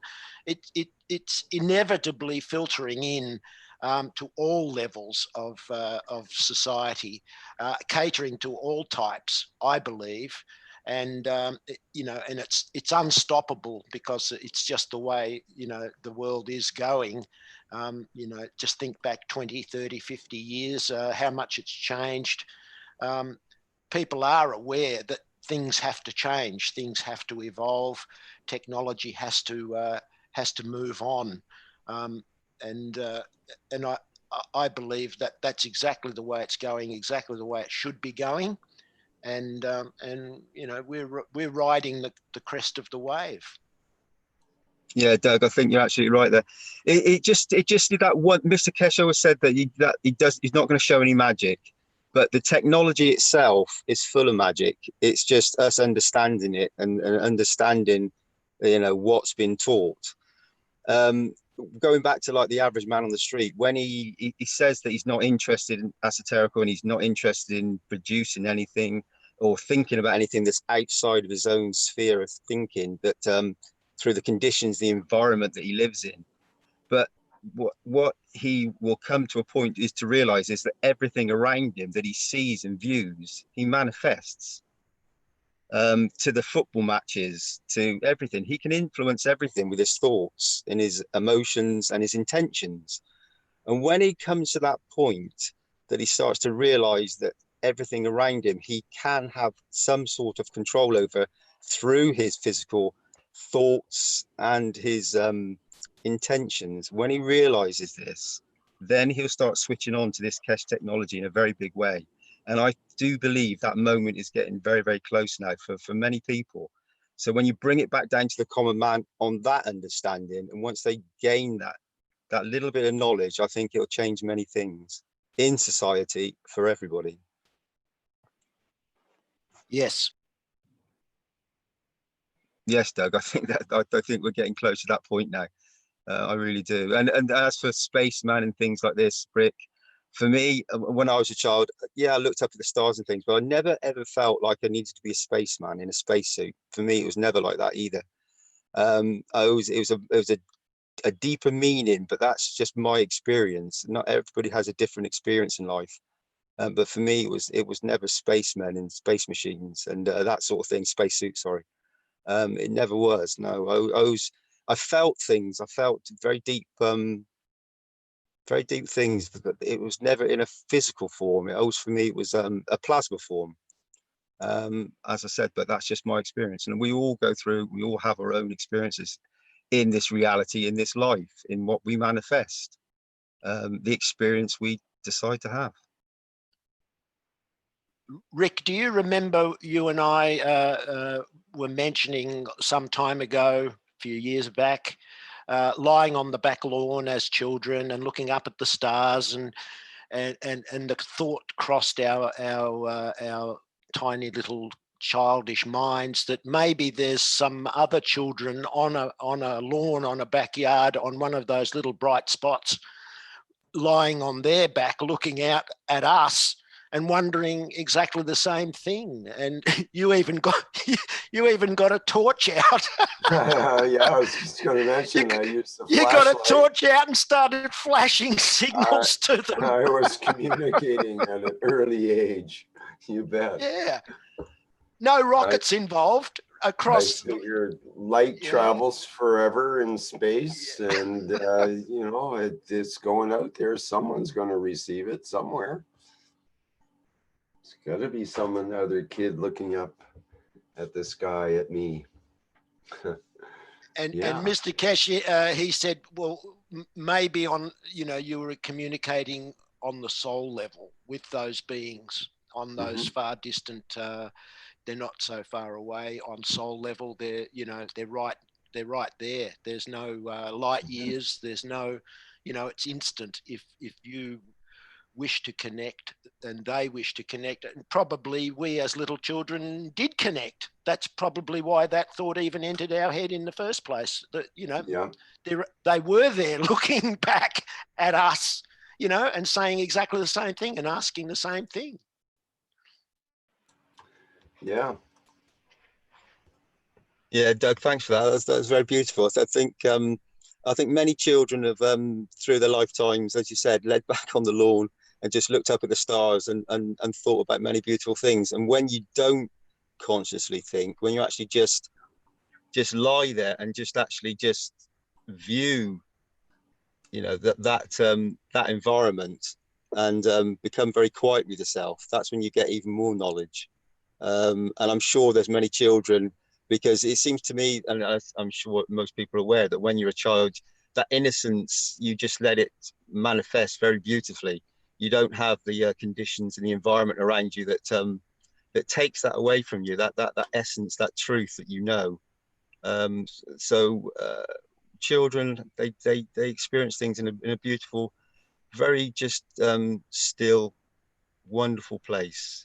And I think sometimes many adults need to go back to that experience and just take themselves gently back to that mindfulness that's just carefree and just wonderment, really, that beautiful feeling. Hey, that's just my feelings, guys. Thank you very much. Yeah, I think you've pretty much described the essence there, the way it operates. And Thanks, Rick. that's, it Thanks, Rick. Yeah. should be the natural function that we are able to manifest. But unfortunately, physicality gets in the way because there's so many things to do in life and so many errands to run and so many jobs to do. And, you know, now people have not just one job, but two jobs, not two jobs, but three jobs in order to maintain their fancy lifestyle of a, you know, tiny cubicle somewhere, and the ability to work every day and so on. It's, people are getting a little tired of that scenario and are starting to welcome more of the a soul-based life, I believe, where they're of service to others and working on a different level of uh, of being able to help others instead of just helping on the physicality and you know, in some small way, and thinking that we've helped because we've given somebody a couple of dollars that's a bum on the street, or we've made a charitable donation, or we, you know, supplied some labor or something to help. That's one thing, but perhaps there's ways that we can go in deep within ourselves and find ways that we can be of service to the greater good, um, the greater universal community. So I Rick, think when you Mark sorry, Doug. Holy no, cow, we got the voices going there. Go ahead, one of you. well, I was just going to say, Mark is showing us with these pictures just something that that rings a bell probably with a lot of people about growing plants and so on. I'm sorry, Dean, I didn't mean to cut in on you there. No, it's no problem, Doug. You go ahead, please. Well, I was just going to suggest, Mark, because you know, Gianni's been showing us so many different things in recent workshops about you know, what the effect of ganses have on plants, and Mark is doing the same on a smaller scale, and that, as I said, many many people are gardeners, and it's a way to bring Mr. Keshe's technology into practical everyday life. Doug, Yes, so aren't our friends, or you know, vertical friends, the plants, aren't they living beings? Is that now a belief amongst most people, or is that still up for question between many people? Because if they're You'd living, have to ask them, Dean, because some people do. Gardeners see them as living beings. I know that. You know, whether they're you know, up with the play on plasma technology or not, they do sing to their plants. They do, you know, treat them as people. You know, they even feel sad when a plant is sick, and they do their very best to bring them back to health again, and they're conscious of every single vertical person in their garden, and they to a non-gardener, they're obsessed with their you know, their hobby or their garden, and other people are completely dead to the whole thing. They just doesn't enter their head at all. They're just things that you know, happen to be around, trees and plants, and who cares, you know, I'm not interested. So, you know, everyone has their own take. well, but the plants seem to love the plasma water, the cut one and stuff. They love it. So and it's been proved many times and shown many times that it enhances them greatly, and they thrive in these fields, these environments that surround the plant once you actually apply the water. So if you go back to the argument that, not an argument, if you go back to the conversation that plants are living beings and we're living beings, part of the creation, like we all are, then we ourselves would thrive with plasma water. And maybe with the coronavirus and all the problems we've had with this, it will be a way in for people, the average man, to start to understand, to try and help himself, to enhance his environment and take away that fear of this virus. Well, let's hear from Mark about these pictures. Mark, would you like to explain? Okay, now you see these two pictures here. Yes, okay. So here we're looking at the tendrils or the runners that come off of a spider plant.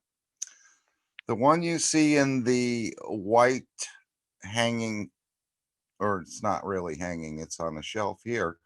But this is the mother that I bought at Home Depot about 2 years ago. And it's probably had 40 or 50 or 60 of these little babies come off it. And I've been giving them away, and that elevates people. They like to get it. Some of them didn't make it, but most of them did, as I understand, at least to this point. But what I wanted to point out, and what seems to be an anomaly here, and some other pictures which I didn't get to show you, is look at the, compared to a finger, this is the plant that the cutting came from. And on the right, we have the cutting. And we have a small runner coming to the right of the fingers. You can see that white line there curving. But this runner is 4 or 5 times the diameter of the runner on the mother. Why that's taken place and why the mother did not also grow in this manner, I'm sure Mr. Keshe could explain, but I'm not explaining. I'm just showing you what the plasma water is capable of doing. You can see the luxuriousness of the leaves, the plant, the strength of it. I need to send you some more. I couldn't send you, for some reason, it's just not cooperating to get you some more pictures. But I wanted to, and I had a tape measure on the leaves of another, of the original plant. And that was probably 3 inches long to 2.5 inches wide. But on the plant that was the cutting, the leaves are 3 inches wide and 5 inches long. And the stem is the first picture you showed, or the runner. It's just 4 times the size of, again, of the original one. It's amazing. No fertilizer, right. So if I look, this is a cutting. This came from one of the 2 bigger plants. But the 2 bigger plants have, or that have been older, let's say, they have much smaller leaves, much smaller runners. They're getting the same water, but the original ones never got thick or bigger like this, but the cutting did. And I'm just wondering why. On both the spider plant and whatever this plant is called. But they're happy. You can see the leaves, I how was gonna say they obviously like the conditions, so the new soil perhaps, or the new lighting and everything, all the conditions are correct for optimum growth. So you've nailed it, it seems. Well, I didn't really do anything. That's the whole thing. I haven't added fertilizer. I haven't really done much to the soil. Maybe that's the secret, is hands off. That's what Gianni does. He lets the plants do all the growing, and he just kind of guides them a little bit. And look how luxurious they end up being. And we know again that every plasma has a soul. The plant is a plasma. So you can actually encourage that soul, and the GANS water does that as well. And when the plant gets elevated, Mr. Keshe, as it shows its beauty, just like with the harvest in China on some of the agricultural fields. The harvest was 3 times or more. The protein per gram was more, which is phenomenal without any GMO modification, and so on and so forth. So what it's doing, it's enhancing the plant, it's elevating the soul of the plant. And of course, I speak to the plant and as it is the soul. And I say, gee, the water's very good for you. You look good. And just try to work with it. And I've never had plants. Never was successful with plants. Always overwatered them, underwatered them. They never took off right. But with this, it's almost no touch. I could show you another ivy that was 6 inches, or it sort of faded, and now it's 2-3 feet of growth. Just Mark, putting the water in the pot and doing nothing else. Mark, I have a question about the pictures you're showing. So the original plant you had used GANs with, CO2, etc. with, but the new runners you've only used the new runners on the right, and you've only used cup 1, or let's say in the beginning of giving it its own environment, you used only cup 1. Is that what you're saying? No, originally cup 1 hadn't come into existence yet. For that runner on the right. And left. Okay. We were just using tap water and CO2. I didn't give it plasma water every day, but I imagine you can. But I put some tap water in once in a while just to change the condition a little bit, and then go back to it. And, you know, just as you feel, let the plant dry out and then re-water it. But as we know, plants create a field around them. They don't go and chase their food down or hunt their food down. They create some sort of plasma field which they're able to absorb without moving. So the GANs would appear to enhance that capability of that the plant has innately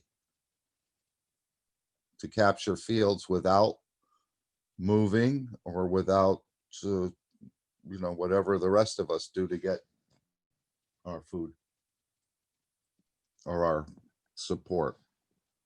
So the plant has learned how not to move and absorb fields. By adding the GANs water, it seems to enhance, it does enhance the pictures to speak for themselves. Yeah, I've noticed the same thing in my garden, and in particular, if they have GANs from the beginning, they seem to much more readily be able to set up the field environment for them to get what they need. And what's in the GANs water? Energies. Different field strength of different energies. So as you give the plant more energy, just like if you elevate the soul, the problems in the physicality seem to fade off. Mr. Keshe said the universal unit should be called a sort of a soul enhancement machine, which it is. But a lot of people will go in for their body to get the physicality corrected.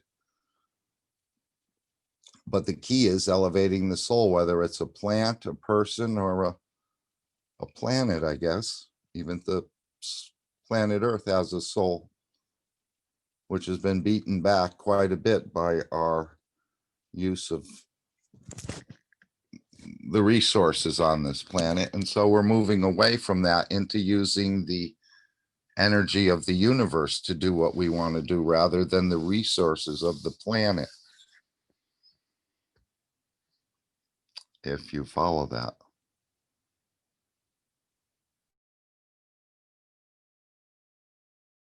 So I'm very happy using the water. You should all make cups and try it on your own plants. Don't take what I'm saying. and investigate and understand for yourself what's going on here. But the anomaly I have is why the original plants didn't grow such a thick stem or have such large leaves, but the cuttings did. And that may be because of where it started from, I'm not sure. Maybe a mature plant, it's healthy, but it's not large. And why, I don't know. Maybe it already started its growing process. But Well, this one that's here stagnated for at least 6 months. It did nothing. The end of the fall through the winter, and I figured there's not a lot of sun, so it wasn't going to go anywhere. But as it dried out, I'd add more water. And then in the spring, it just took off. The plant wasn't unhappy, I could tell, because the leaves were green, but they weren't, it wasn't growing. I was wondering if it was making a decision which way to go. But it seemed to absorb a tremendous amount of energy. And then once it accumulated at a certain point, it just flourished, let's say. So I put a string and it's growing next to the other one and it's winding itself around there and up to the ceiling. So it's a beautiful example of when I have people come over to the home, I show them, I said, look at what's going on here. Just from adding water. So you don't need the fertilizers. You don't need the pesticides in the bigger agricultural applications, as you could read some, well, I don't know if they're proprietary, but they've been discussed. At least intergovernmentally, you could get studies if they were requested by your government or your leaders.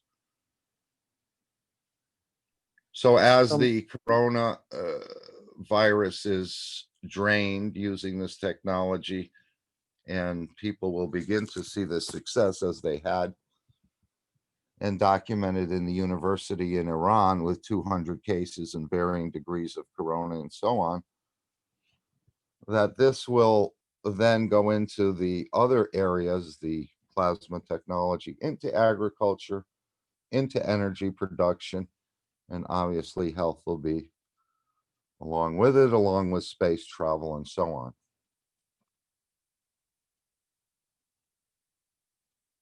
It's a beautiful technology. It appears simple, but there's probably a lot more going on than we understand at this point of our knowledge. It's almost like a godsend. And if you wanted to use fertilizer, Carolina had told us you could put a little fertilizer in the bottom of let's say a gallon container and add CO2 water or probably the cup of life water, and that will copy it. You would then take out a half of that container, use it as fertilizer, refill it with water, and it would almost be like a permanent fertilizer, because you're not actually removing the fertilizer. The CO2 is actually copying something about the fertilizer and delivering it to the plant itself through the fields.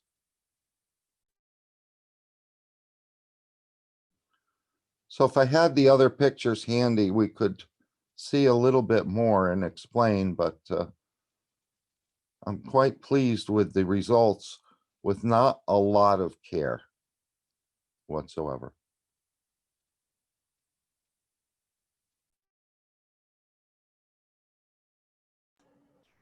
Yeah, nice, Mark. Nice to see. And I just encourage everyone to take your houseplants, make your cup, and see what happens.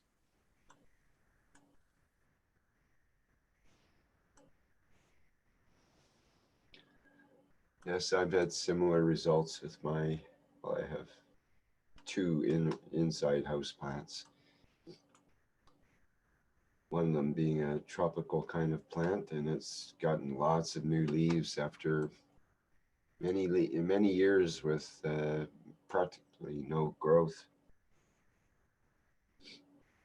I started watering it with Gans water, and sure enough, very similar to what you see here with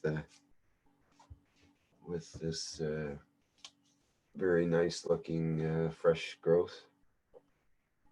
And when we say GANS water or plasma water, we're just using the actual water, not the material at the bottom of the jar, which is the GANS. Right. And it's actually washed GANS water, so it gets the salt out as well. You don't want to, Oh yeah, you must do that. can't put the salty stuff in. A little bit of salt is okay, actually. There's companies that use salt water from the ocean to create fertilizer, but it's diluted quite a bit. I think it's diluted around 150 to 1. So take salt water at 3% or whatever, 3.5%, and dilute that 100 times, it would be 0.03%, I think it would be. So 150, it's a pretty small amount of parts per million, at least. And I know if it does it on the plants, it should work on people. I know in the Portuguese teaching, a lady had said that she had started to drink the plasma water and she had some problems with her intestines, inflammation and so on, and, you know, different bouts with diarrhea and so on. But she, and this I think was one of her first experiences, she noticed a calming or a relaxing of her intestines just drinking the water. And as we know, the GANs or the waters of it will take from the body what the body doesn't need or the plant doesn't need, and provide to the body what the body does need or the plant does need. It's an amazing science and technology. Yes, I found the same effect when I drink the GANS water. It's I tend to have a stomach ulcer at times, or I can have that those symptoms. And to have the GANS water is very soothing. It's also tends toward alkalinity, which is good for those that have that sort of condition. Generally, people are overly acidic, and so that conversion to alkalinity is probably one of the best things you can do to prevent cancer and other diseases. And of course, my intention was that the plants would enjoy life. So that's part of the good thoughts and the good words you were saying to them, and the good deeds you were doing by supporting them and giving them the life-giving GANS water. It's rather simple. It's rather simple. You fulfilled the three realms there: the good words, good thoughts, and good deeds in application to the plants. And look how they responded. It's not a miracle, it's simple science. The science of conscious creating.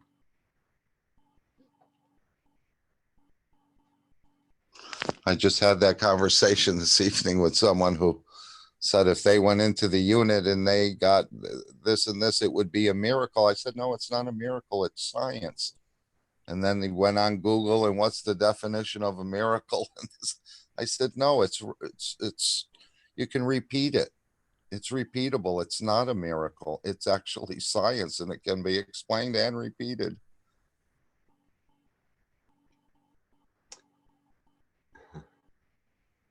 We perform miracles daily. Yeah.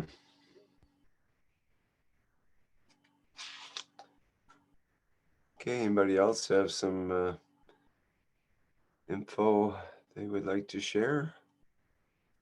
I just want to, again, encourage people to make the cup, use it on your house plants, and observe what goes on.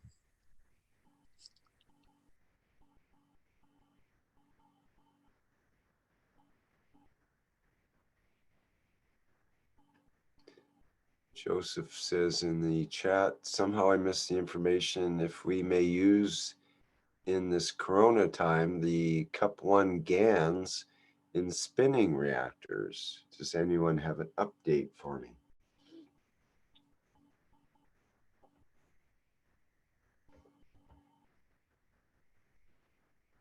We do have the spinning reactors. Let me show the one from the Yes. from the store.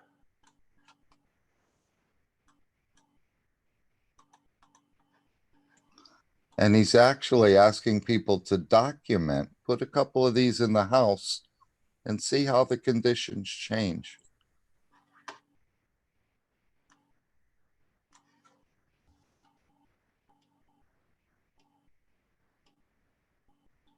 Where is it? There should be a self-standard. Is the Keshe GANs Environmental Balancer.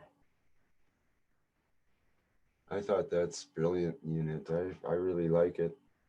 So you can see it doesn't come with GANs, but you can put your own GANs in the spherical plastic unit on the bottom here, and that rotates with the wind. So you have a self-powered rotating GANs reactor, which is a pretty cool idea. There's the reactor there. It looks like the same basic one, I think, that comes with the reactor kits that they normally are putting out. A sturdy little plastic unit that's in two pieces with an O-ring in between, so you can separate it. I think it also has usually they have a screw in the top where you could just fill it through that way as well.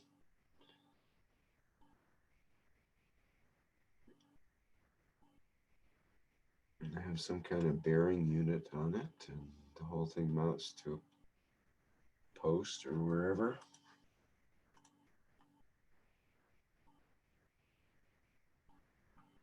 Quite clever and simple. I like it.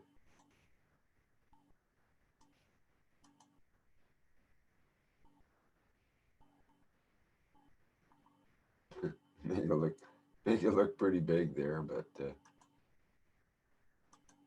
it would be fun to have a series of these set up around a farm, say around a field, maybe on the corners of the field. Each corner would have one of these. Mm-hmm.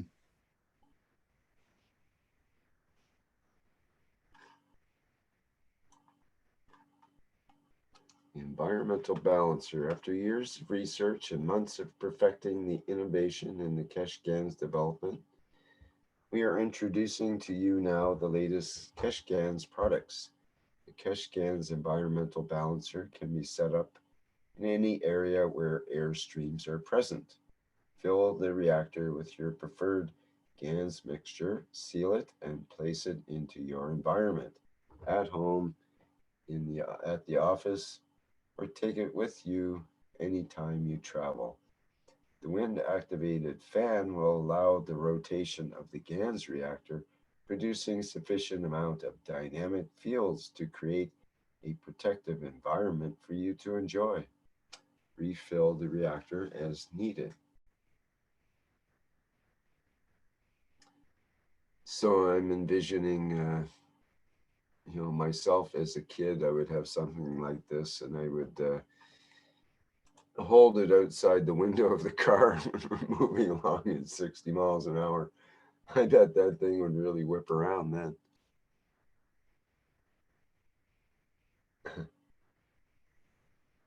I used to test the aerodynamic current flows with my hand out the window and making my hand go up and down and feeling the flow of the air, and until my father discovered, and usually it would remind me to retract my hand and not distract the drivers that were following behind thinking we're signaling or something. Yeah, nice device. I like it. It does have that weather station appearance, doesn't it? Yes, it does. Yeah. Instead of the accepting the conditions of the weather, you create the conditions within the weather system. Yeah, Just it's the, a weather creating station instead of a weather monitoring station. Interesting idea. That's good. It is an environmental balancer after all. It's a good promotional price of €30. Seems quite reasonable for such a device. It says the actual price is €60, 59.99, 29.99. So plus shipping and taxes, shipping will probably be significant, I suppose, but depending. I thought you were going to show the ball, the magnetically levitated ball with the GANs in it to Oh, create conditions in the home, similar to the conditions we just created with the plant. okay, there's two of them. There's this one, which Mm-hmm. is the Keshe Gans levitating moon lamp. Oh, it says, I didn't notice this first sentence. It says, gently shake the moon lamp to distribute the inner GANs materials. The light passing through the layer of well-distributed GANs in the moon and its platform will bring out the plasma fields and create a balanced environment in your home or in the office. Oh, that's kind of cool.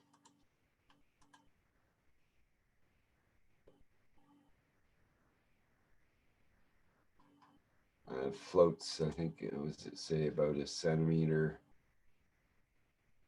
and a half to 2 centimeters distance. It floats. Great idea. I really like that. That's €200. It's quite a bit, but it's quite a product. It's expensive to have those, to get those magnetic levitating things. This is another great one, the Keshe Gans levitating UFO speaker lamp. The sound and light passing through the layer of well-distributed GANs on the UFO and its platform will bring out the plasma fields and create a balanced environment in your home or in the office. 15 meters range, levitating Bluetooth speaker for best listening to Mehran T. Keshe's plasma workshops and teachings.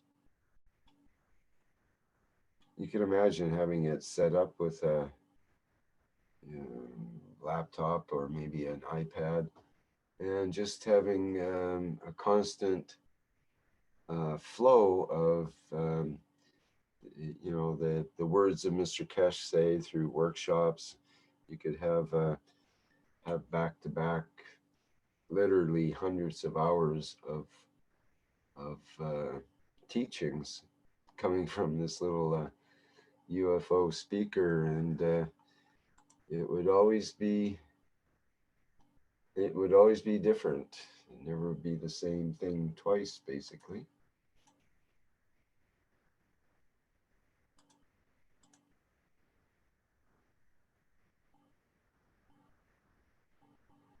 Quite nice. I think it's beautiful. Yeah. Shows an iPad in the background, suitable for all phones, pads, and music players with Bluetooth function.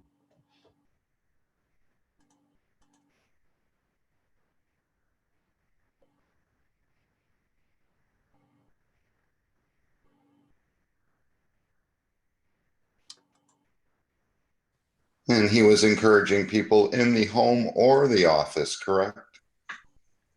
Yes. Mm-hmm.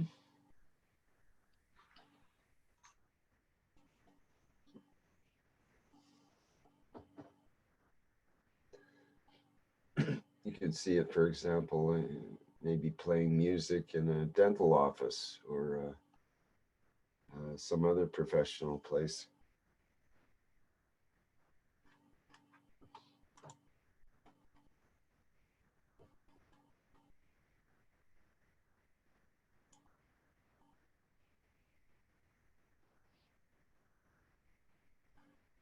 And there is a special deal happening now with the Keshe GAN's Peace Package, which includes the Keshe GAN's levitating UFO speaker lamp, which we were just looking at, Keshe GAN's levitating moon lamp, which we saw before that, Keshe GAN's environmental balancer, which we saw before both of those, and the Keshe GAN's memory foam contour pillow. And they have a combined package price of €499. Euros. And I thought that was that's a desirable package. Very nice. Be nice if every home had one. And just remember that peace of mind is priceless. Mm-hmm. Well, true. I mean, what does 500 euros get you? Maybe 10 visits to the movies or something? Or, you know, one ticket to a hockey game if they ever play them again.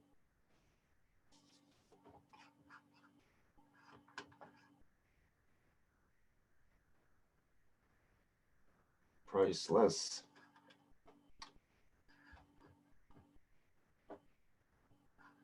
So that's the package that's being promoted, and I believe there's free shipping with that. So that's what it says, and that's a good deal that way. Get all those products together with free shipping.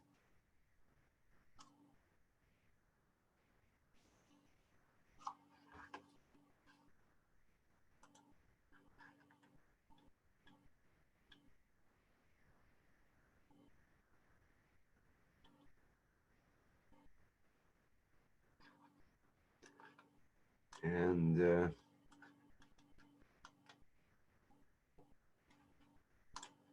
there was a photograph of the Universal Enhancement Spaceship unit that appeared from Mr. Keshe.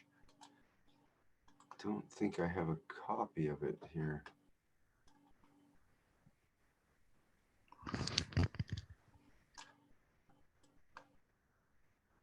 Where did I see that recently? It was in the workshop, I think. Or was it the...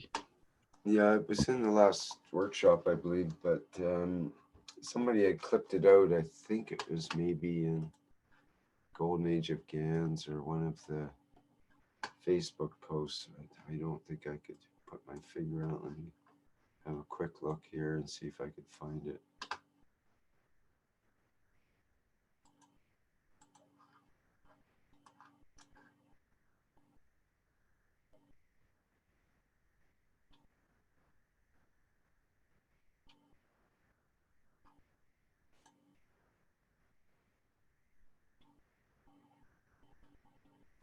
This was the one in China?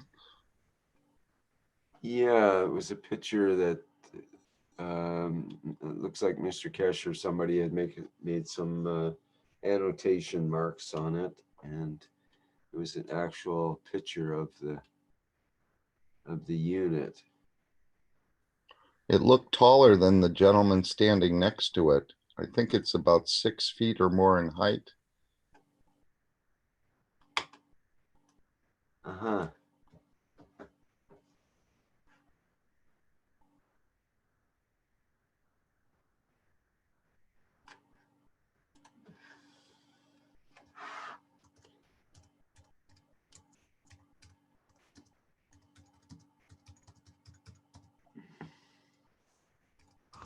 And Mr. Keshe at one time related a story about he had some people working in the lab, and unbeknownst to them, I think he had set up a reactor similar to something like this in another room. And coincidentally, the people just started to work a little better together. They started to become happy, and they weren't aware what was going on, but they noticed among themselves that things were, let's say, gelling. There was a continuity among the group. So this can be brought into the home or the office. I think I got the picture that I took a screenshot from that. At least from the video, I took a screenshot. Yes, you did that, eh? Okay. I can share it with you. Sure, that'd be great. Thanks. If you let me share, I'll do that. Which workshop was it again? Was it the last one? Yeah, that's a good. No, I think it was. Knowledge Seekers Maybe. Workshop. I think it was Knowledge Seekers Workshop. Yeah. I think it was. Yeah. Okay. Because it's a picture of a many enhancement unit sitting in a circle too. I have a couple of pictures here that he showed, and also the unit that's supposed to go inside and get cured. The other thing too. There was many things he showed that day. Anyway, I'll share it with you. They're not curing anything, not using the word cure. Yeah, although he used, I think Mr. Keshe used the word cure recently because in relation to Iran, because the professional medical doctors had actually proven the technology and they are allowed to use the word cure. So he said it could be used in that circumstance, I believe. Can you see that one?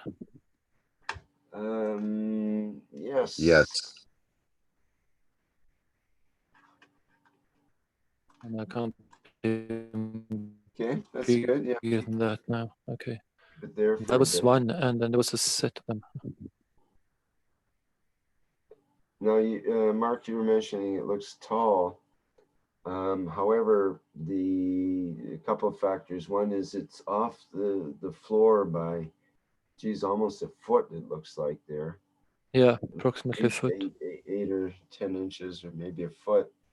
So if that whole thing was lowered a foot, it would be more like the mounted size or whatever. And I'm wondering if this guy might be relatively short as well, which might make the unit look taller than. You never know.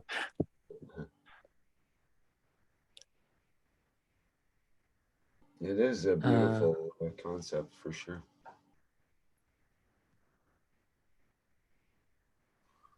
So that was that. Mm-hmm. Do you're gonna take a screenshot of it so you have it, or? Oh, that's an idea. Okay, let me do that. Perfect. And again, this unit is manufactured in China, but then finished in Austria, as I believe.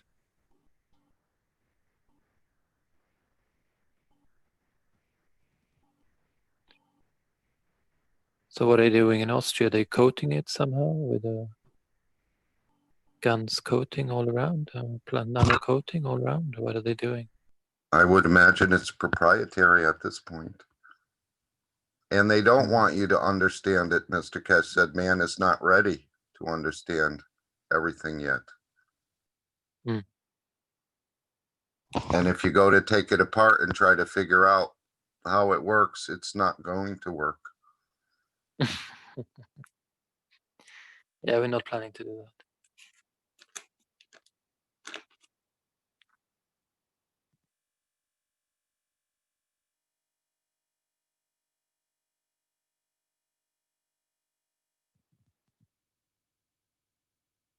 that.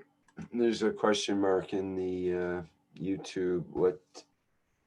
Which GANs was used with the plants? You were using the CO2 GANs, is that correct? CO2 originally, and then when the Cup of Life came into existence, I switched over to the Cup of Life along with tap water intermittently. Okay, thank you.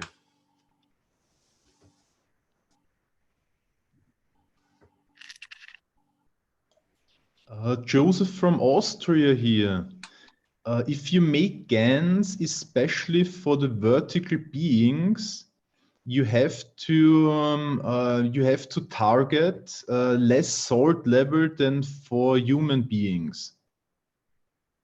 What I know. So if you're making CO2 GANs, then you're not using 15% salt, but just 3, 4, 5%.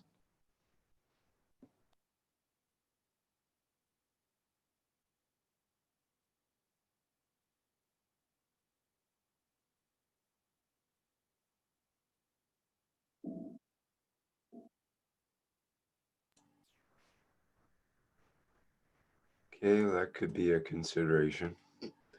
But some people do use the GANs, the well washed GANs from the One Cup One Life. Although some of that might be a little heavy on the copper end of things for garden use. Depends on the individual's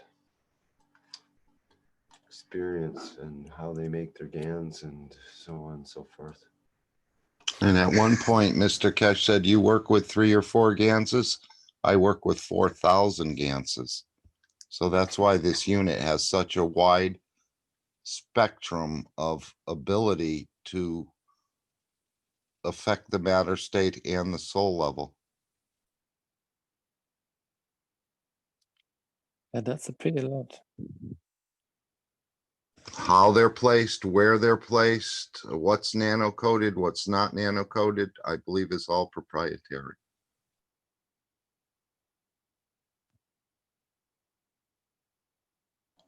For clarification, I'm German native speaking, and I wanted to say the salt level at the production state in the GANS box. If you're using the GANS water for the plants, please wash all the salt out.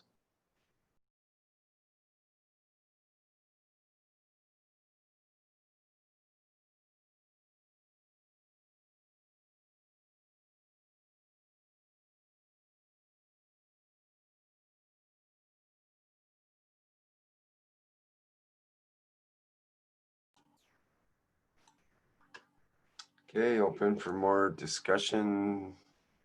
Any new topics that want to be brought up? Any questions on what's already transpired?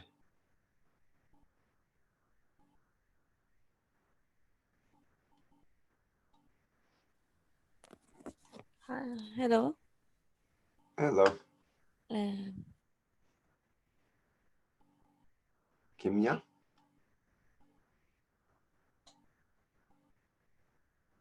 Go ahead.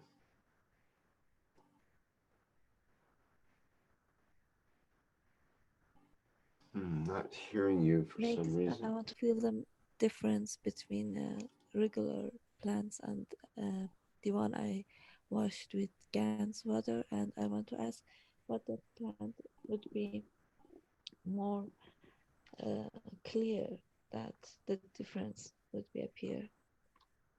Sorry, you're going to have to re-ask your question there. I could barely hear you and it cut out at one point. Okay. Try again, thanks. I don't know. I want to plant some vegetables and something like that. I have a small garden and I want to see the difference between the past plants that I have and now with GANS water. And I wanted to know which is plants would be better, which vegetables, peppers, I don't know, tomatoes, anything. I want to make them bigger, or I don't know, something like that. I want to ask which one would be better to plant. Well, that's a good question.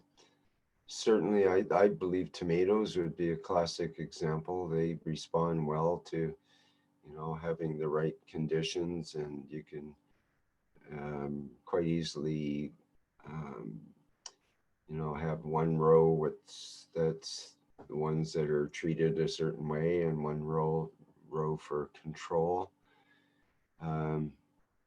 We've seen one of the classic pictures is of a squash, one that's about twice the size of the other one, and it was grown with the GANS water. things that grow tall so you can actually measure how tall they are. And that's an easy way to tell. Things that have, like, for example, potatoes have been measured before. And that way, when your crop is done, you can measure the weight of the potatoes that come from, say 4 plants that were treated with the GANS water compared to 4 plants that were not, and see what the difference in the weight of the products, the weight of the potatoes in that case. You could also measure by taste. So are the strawberries bigger and tastier? Maybe they're smaller and tastier with the GANS water.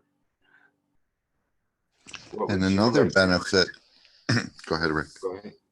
I was going to No, ask. just another benefit that I forgot to mention was that the farmer, instead of having 1 or possibly 2 growing seasons, he may have 3 growing seasons or 4 growing seasons during the same year using this technology. So instead of 1 harvest, he may have 2 or 3 harvests, which increases his economic stability, let's say. Yes, and some people find that the plants do better under freezing conditions. So if there's a frost, they might endure better.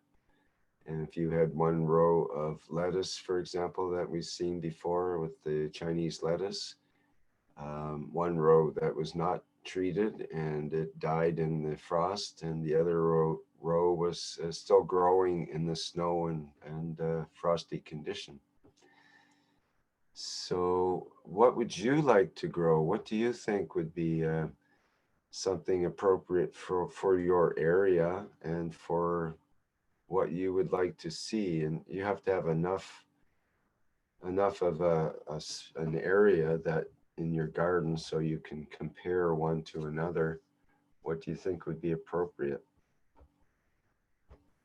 Well, my garden is small, so I guess all of them must be washed with cans water. Then I can't feel the difference. But I want to compare it with last year. I had peppers and tomatoes and some local vegetables, and I want to beside them plant a new. I didn't have potato last year, so I wanted to try that, and not strawberries. So I want to, it's not so big, like 4 meters to 3 meters, something like that. So I can't, I guess, because if I wanted to compare it the 1 year, the gas water, I think it would affect the others too, because it's small, not so much big. Mm-hmm.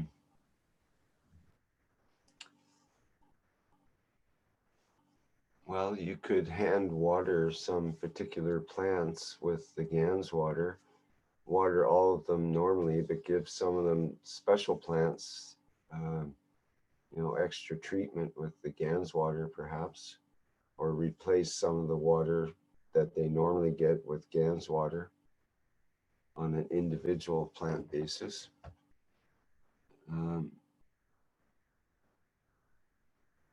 Anyone else have some suggestions for this garden making experiment? Last year, she didn't use any GANS water. No, I wasn't familiar with this. Maybe the same crops and have a good comparison. Because I know when Mr. Keshe was working in China on the swine flu, and they were treating pigs with the plasma technology at one part of the pen, it seemed to affect the control group at the other end of the pen. So the fields do reach out some distance.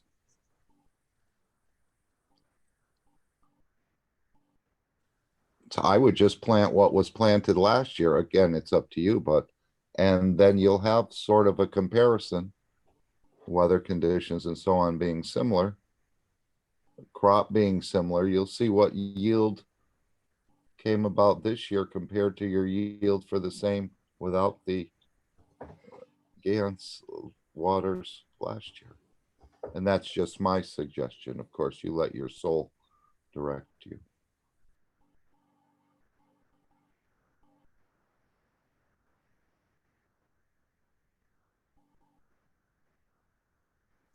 Just very quickly, guys, I know from some experiences that I've had and seen through some very beautiful gardens around where I am, and I know somebody who's been applying their knowledge beautifully. They've grown herbs using plasma water, and they've and strawberries, and they seem to flourish and do extremely well. And those herbs you can use in many different applications. So in teas and all sorts of things, obviously in cooking in general. They're extraordinary, and I would suggest you you try those, because that can be a very beautiful experience for you, if that helps. And exactly what you said, Dean, when I see the plants looking so good, I feel better about it for some reason. Of course, because they make us happy. It's nature, it's that environment, isn't it? It's that oneness that makes us all very extremely, you know, just feel good within ourselves. You know, having a live green plant, or not just have to be green, but that flourishing environment, that just viewing it, actually having the pleasure of looking at something very stimulating and beautiful that is actually growing and flourishing so well. It stimulates it. It makes us feel good inside, and when you feel good inside, then you can start making everything else feel good outside of yourself too. So yes, it's a beautiful thing. Yeah, I sit in my deck and I actually, I practically can literally watch the plants grow. I mean, if we sit there for, say, an hour, a lot of the plants in the sunshine that have been watered by a fresh rain, especially leafy plants like spinach, for example, suddenly the leaves just swell right out. And within an hour, they can actually grow, you know, perhaps a centimeter or half a centimeter or something. And you can almost literally see these plants grow. You can certainly visualize it because you saw it an hour or two ago, and now you think, wow, it's gotten a lot greener and lusher in the last little bit. And it reminds us of this the replication factor, this duplication of cells that occurs with life forms, and this, it's always a dynamic process. It's always replicating, always duplicating itself and expanding, some cases contracting after the local deer move in and do a bit of weeding and gardening on their own, um, which is another thing that I've had to deal with. You know, I've had these bean plants I've lavishly tended for the last 2 months, and the deer came in 2 days ago and just creamed them, just ate them, and my two sunflowers that have been just starting to grow properly finally. And I'm really realizing this is not going to be a winning battle. So I've decided to make a special garden just for deer, and I'll grow all the things that deer like, and they'll end up being in that garden and get what they need. And my planning goes as they'll leave all the rest of the things that they sort of like, but they'll like the other things better, so they'll hang out there. And that way I keep them happy, keep me happy, and keep my plants happy at the same time. So I'm trying to work through a win-win situation with these deers. And I mean, most people put a fence in. That's your typical uh, barrier against, you know, that kind of thing, whether it's deer or rabbits. other environments that get in, or insects and so on and so forth. It's all these different methods. But what if we create an actual plasma dome? And well, part of that is being of service and just giving what is needed. So the deer need food, then give it to them, and give it to them what they want, so they won't need what I want. So the idea is to it's not only a protective barrier, but a supportive barrier for other life forms. So I'm also spreading lots of bird seed around and put up a little feeder. And now there's lots of new varieties of birds are showing up. And sometimes two or three of them on the feeder at the same time, sort of different types, three different types on the feeder at the same time. It's just very encouraging to me. I hadn't really done that in years past. I never took the time and attention and really, I enjoy birds and wondered why there wasn't enough of them around. Where are all the birds? There should be more birds around. Well, they do come around if you supply the environment for them, namely some food and a pleasant environment, maybe a little water puddle or something for them to wash up in. And all of a sudden, the word gets out among the bird population, and they show up. And then you get the serenade both at night and in the morning of bird chirping. And I think that's really great. It actually reminds me of the atmospheric disturbances called Whistler waves, which are radio waves that work in the atmosphere you can actually listen to, that sound like birds chirping. It happens in the early morning hours, approximately or exactly the same hours that the birds start chirping, strangely enough. I think we covered that in one of the previous plasma groups. But you can look it up, Whistler waves in the ionosphere. And certainly people know about birds chirping in the morning.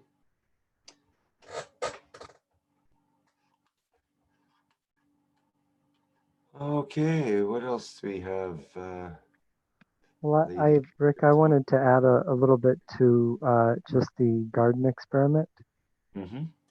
And I could feel the young lady's gentle soul. And I just wanted to say that, a lot of when I first joined the Keshe Foundation teachings, I really connected with everybody else's experiments through my soul, and just because there's like our soul is the soul of the creator. So your soul is in essence in my soul. So if you're doing an experiment and you've already done it, then there's really not that much need to conduct, our own specific experiment. So I just wanted to invite her to connect with everybody else's experiments, and also I've just noticed that starters that are started in the beginning, so seeds that are soaked specifically in the GANS water, uh, tend to create their own plasma environment, which is why I was asking Mark about the difference in whether the original plant was treated from the beginning, or with GANS, or the trimming or clipping was treated from the beginning, because it's like the sooner if the soul of the plant receives the GANS in the beginning, they seem to more readily take to being able to create their own plasmatic environment.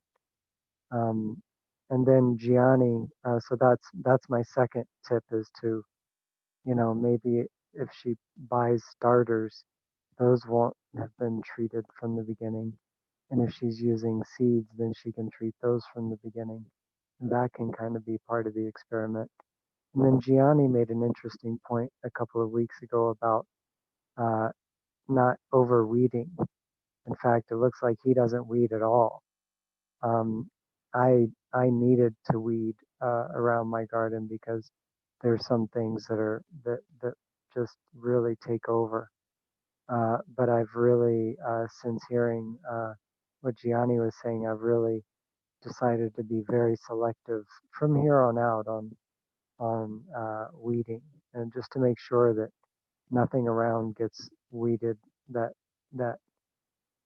just the idea I think of companion plants and that things show up in the garden that are just kind of show up because it's their time. Actually, Rick, I could share a picture of a very beautiful plant being that just showed up in my garden if you'd like. Sure, we're into garden pictures here in the Keshe Keshe Reactor Gardening Club.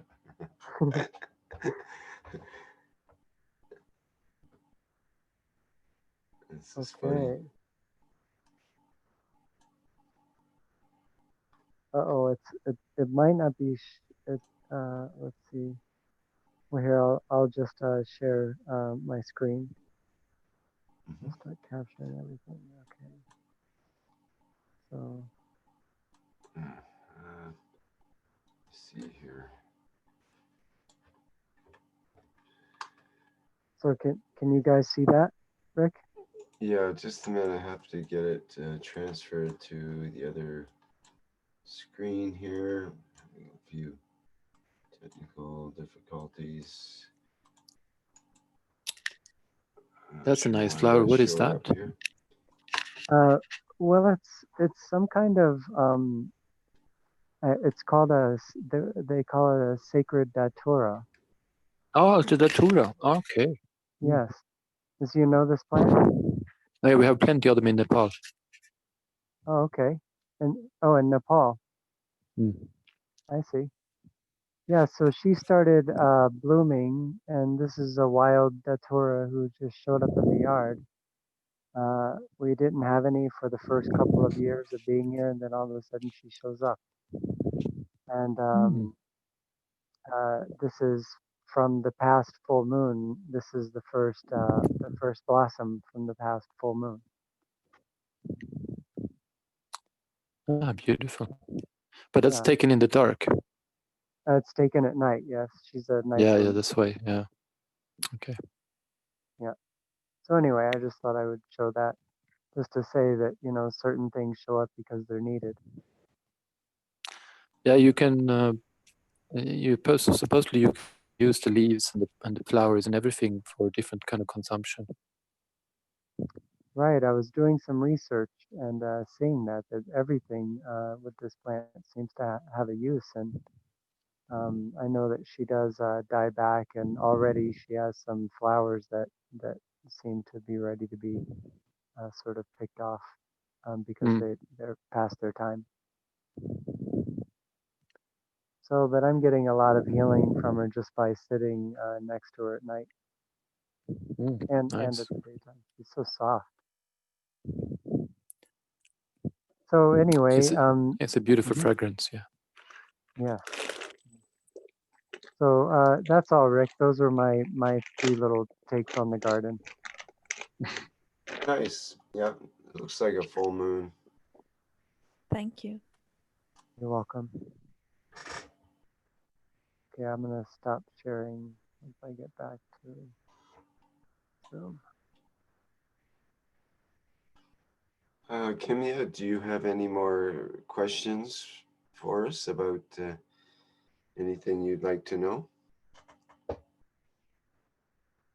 Or answers for us of anything that we'd like to know?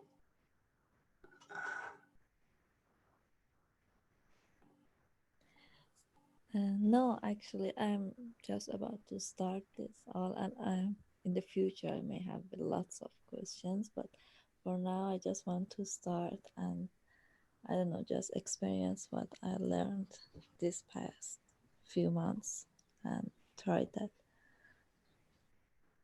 Mm-hmm. Good.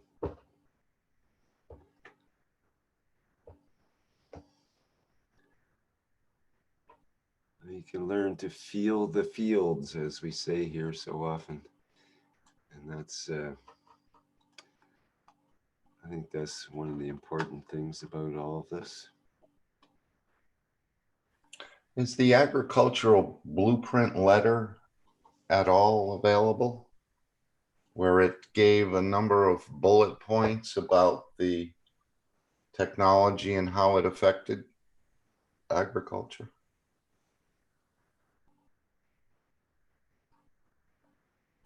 I'm not sure. There was I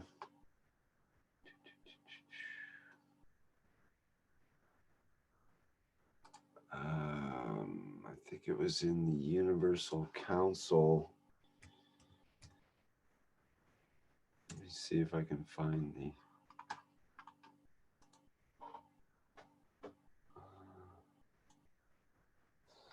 It gave a number of points of reversing GMO, of larger productions, of shorter growing seasons, of larger protein per gram, which has never been done, I don't think, without a genetic modification, and so on.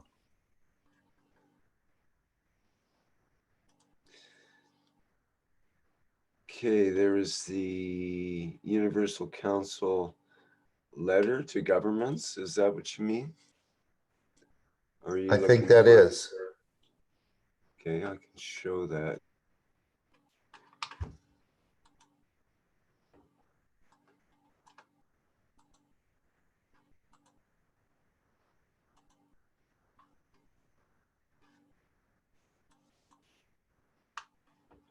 Okay, this is at keshe.foundation/about/UC, about the Universal Council Charter and so on. Then we have the UC Agriculture letter to governments. And okay, so, right, this is same thing on the right and the left here. So this one is JPEG and PDF form. Okay, and it's got all the things highlighted. I think you're talking about, Mark. All the different uses, from increase in crop yields through to decontamination of water, reduction in the use of antibiotics, increase of shelf life, greater tolerance to temperature variations, more protein content, etc. I just wanted that lady to see that, or anyone else who's going to be. Yeah, well, it's a good point, because that's all the items that would be important to look at in a garden situation, or if you wanted to compare something.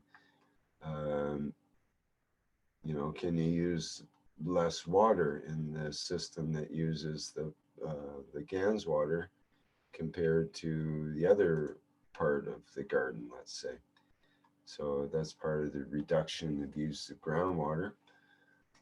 Can you get more of an increase in the crop yield? Well, that's the obvious one that everybody kind of shoots for. If you notice, your strawberries are, you know, a third bigger, and it's, you know, that kind of a size difference is obvious. You'd probably even remember that from one year to another if you were to have tomatoes that are a third bigger. You know, the following year, you would probably remember that. Less use of other fertilizers and pesticides and other additional things and so on.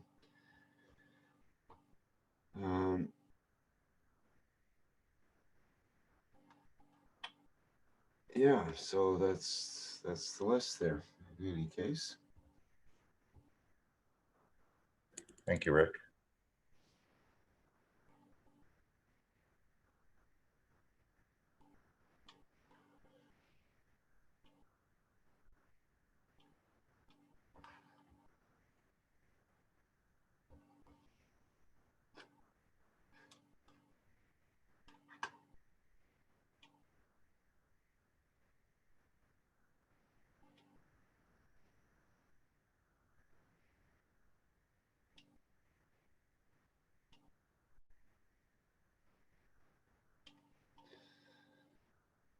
Right on. Okay.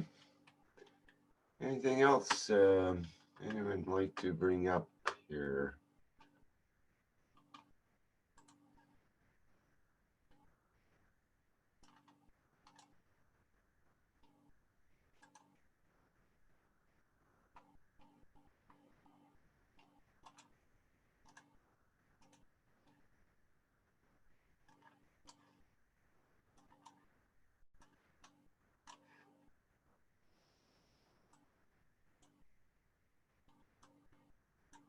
Oh, quiet.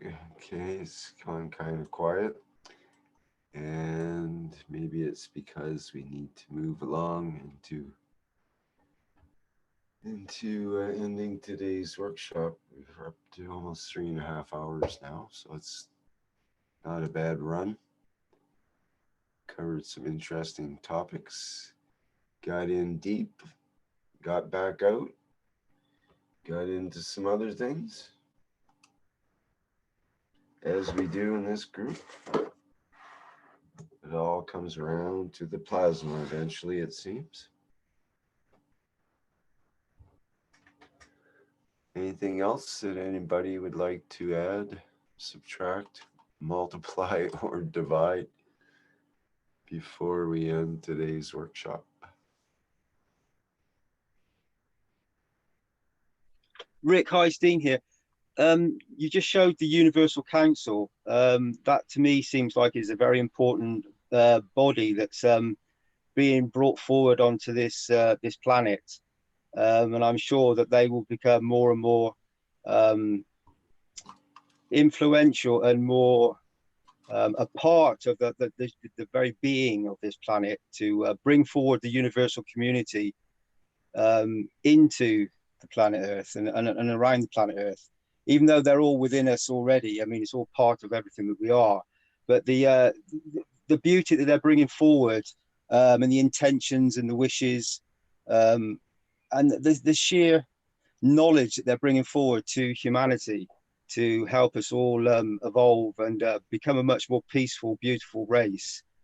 It's very, very important going forward. And I think many people should start to experience and notice the implications and the actions, the emotions that are being brought forward by this council. It will and has become a very important body on this planet. I'd just like to say that. That was it. Thank you. Yeah, I totally agree, Dean. I think its time is ripe now, and they've been kind of working with the ideas of the Universal Council for the last few years, and now it's time for them to develop their wings, you might say, and show the world some of their beauty. And it's good to see. It's good to see them starting to coalesce and come together and help each other and bring forth the you could say the sole basis of the plasma teaching to the planet here. Yeah, I think they need to start using, really start letting their soul free and using their imagination, fire up those neutrons, get this information out there and really start using their beauty, their imagination to its full extent. Because when you let that free, the very beautiful, magical things will start to manifest. It will be a very joyous time. Yes, already is a joyous time in many, many ways.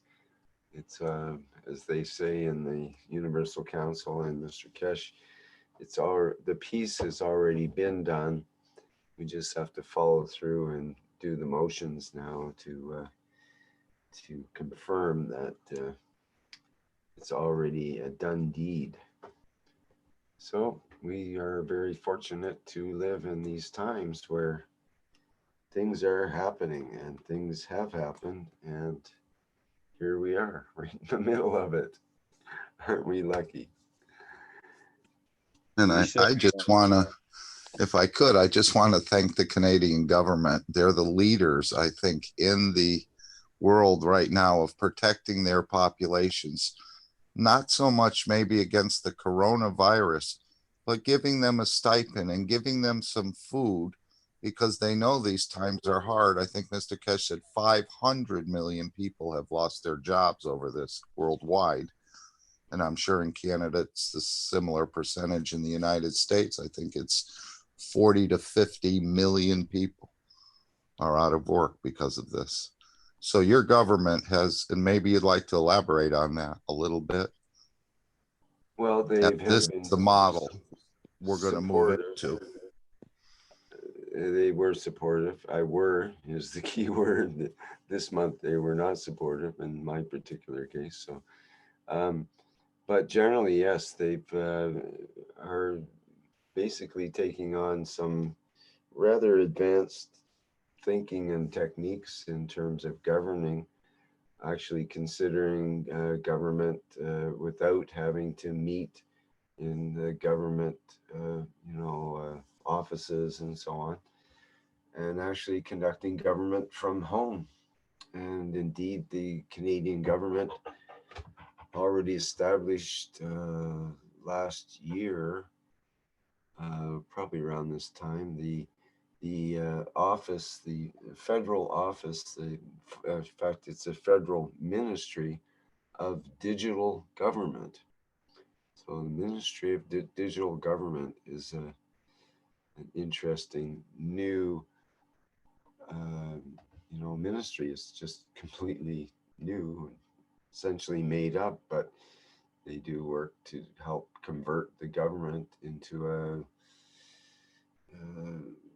digital, more user-friendly digital format. And this is quite revolutionary.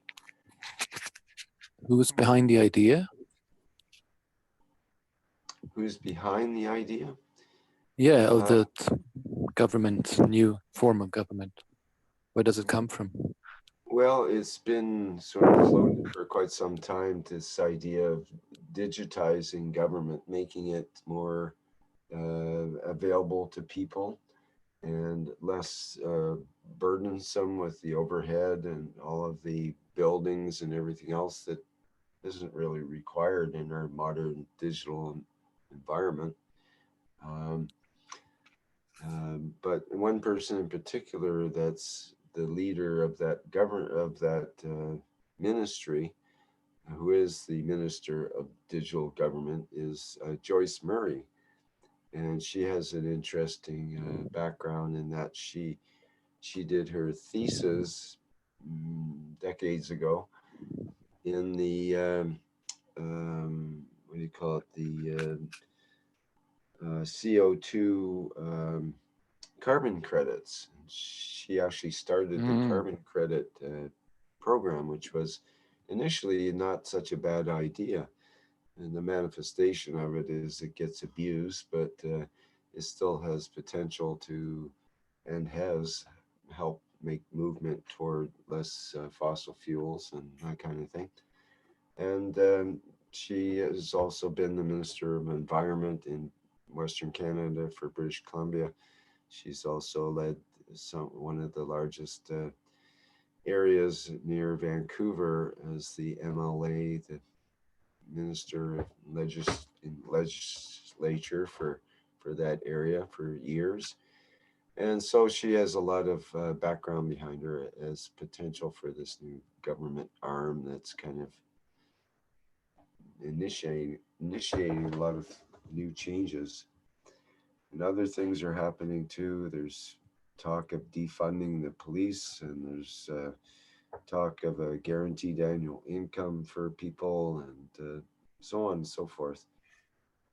So yeah, there is support coming from the government, who recognizes they must give support or they're going to have anarchy on hand during this virus condition where people can't work, and they're trying to maintain their homes, which are rapidly approaching the average of $1 million per home for just an average kind of home in many parts of Canada now. Already gone past 1 million in many parts of Canada, in fact. So you, in fact, have to be a millionaire in order to have $1 million home.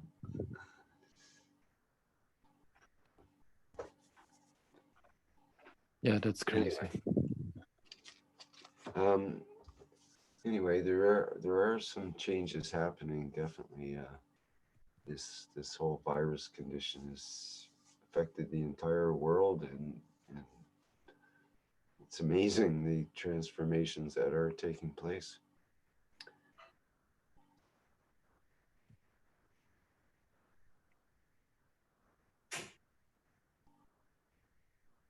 Dorothy asks in the YouTube, is this the Galactic Federation Universal Council?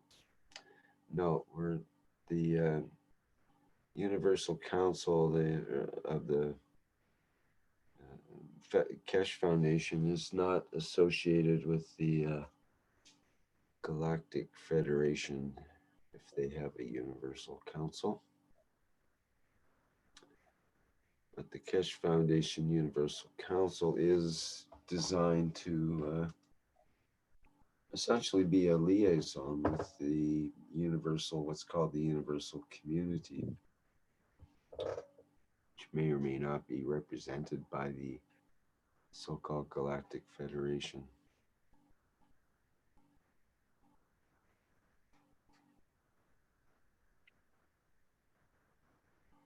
Dorothy also mentions, I'm sad because I have a pacemaker. I cannot do any GANs. I just learned this listening to the lessons. Does anybody have anything that they can recommend for Dorothy, who has the pacemaker? And as we know, people with metal implants and other such things, pacemaker, may have difficulty with some of the GANs technology, which could tend to want to reject that those things. Perhaps there's other uses of the GANs technology, I'm thinking, that might be appropriate for someone that does have a pacemaker. In fact, I think Mr. Keshe mentioned when he was asked if people can, with conditions like that, say with a titanium, back implant or something, can they go into the universal enhancement, body enhancement chamber? And I believe he said that there's they can make special conditions, or protect certain areas of the body, and emphasize other areas that need support.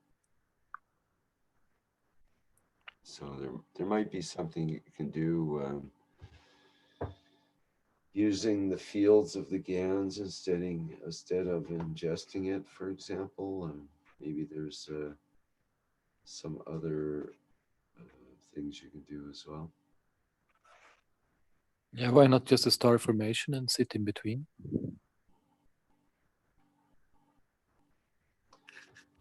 She makes cups and she puts them in a star formation, the three corners, and just sit in between and enjoy the fields.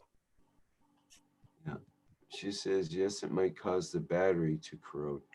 I don't think that you'll have that severe of a problem, but there might be some other effects in the body that are counterindicated to the pacemaker or something. I remember Mr. Keshe speaking about that at one point being an issue. Yeah. And that'll probably be handled in the next generation of units or modification to these existing units.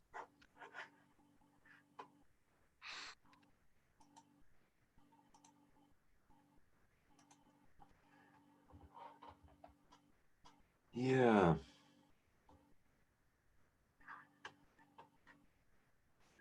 Okay, well, I think it's enough for now. I'm starting to get a little giddy here. It's getting to be the wee hours of the morning. So if there's no further comments, I will close for today's workshop. Going once, going twice. Okay, thank you very much. We hear you breathing, Bajra, so maybe you better mute Sorry, there. yes. It's good to know you're breathing. Don't get me wrong. It's always good to hear people breathing. It's better than hearing them not breathing. I was reading something somewhere else. I was not paying attention. Sorry. Okay, in any case, thanks everybody for attending today's Keshe Plasma Reactor Group. Lots of great input and fun ideas to toss around, and some actually useful information for somebody somewhere who may need this in order to elevate to the next step in their evolution. And that's what it's really all about, getting to the next step, whoever we are, or wherever we are, and paying attention to the steps that we do take, I guess, as well. So, all right, thanks. And we have the Knowledge Seekers Workshop, of course, coming up Thursday, 9 a.m. Central European Time. And I'm sure Mr. Keshe will have some surprises for us, as he usually does in these workshops. And things are sort of building up and getting even more intense as we go along. And we're looking forward to news about the scientific paper that's about to be released in the next short while, published in a prominent scientific journal, and with the Iranian University working with the Keshe Foundation. And that'll be definitely a big highlight once that shows up. And yeah, we shall see. Okay, thanks everyone for attending today's workshop for Wednesday, June 17th, 2020. See you next time around.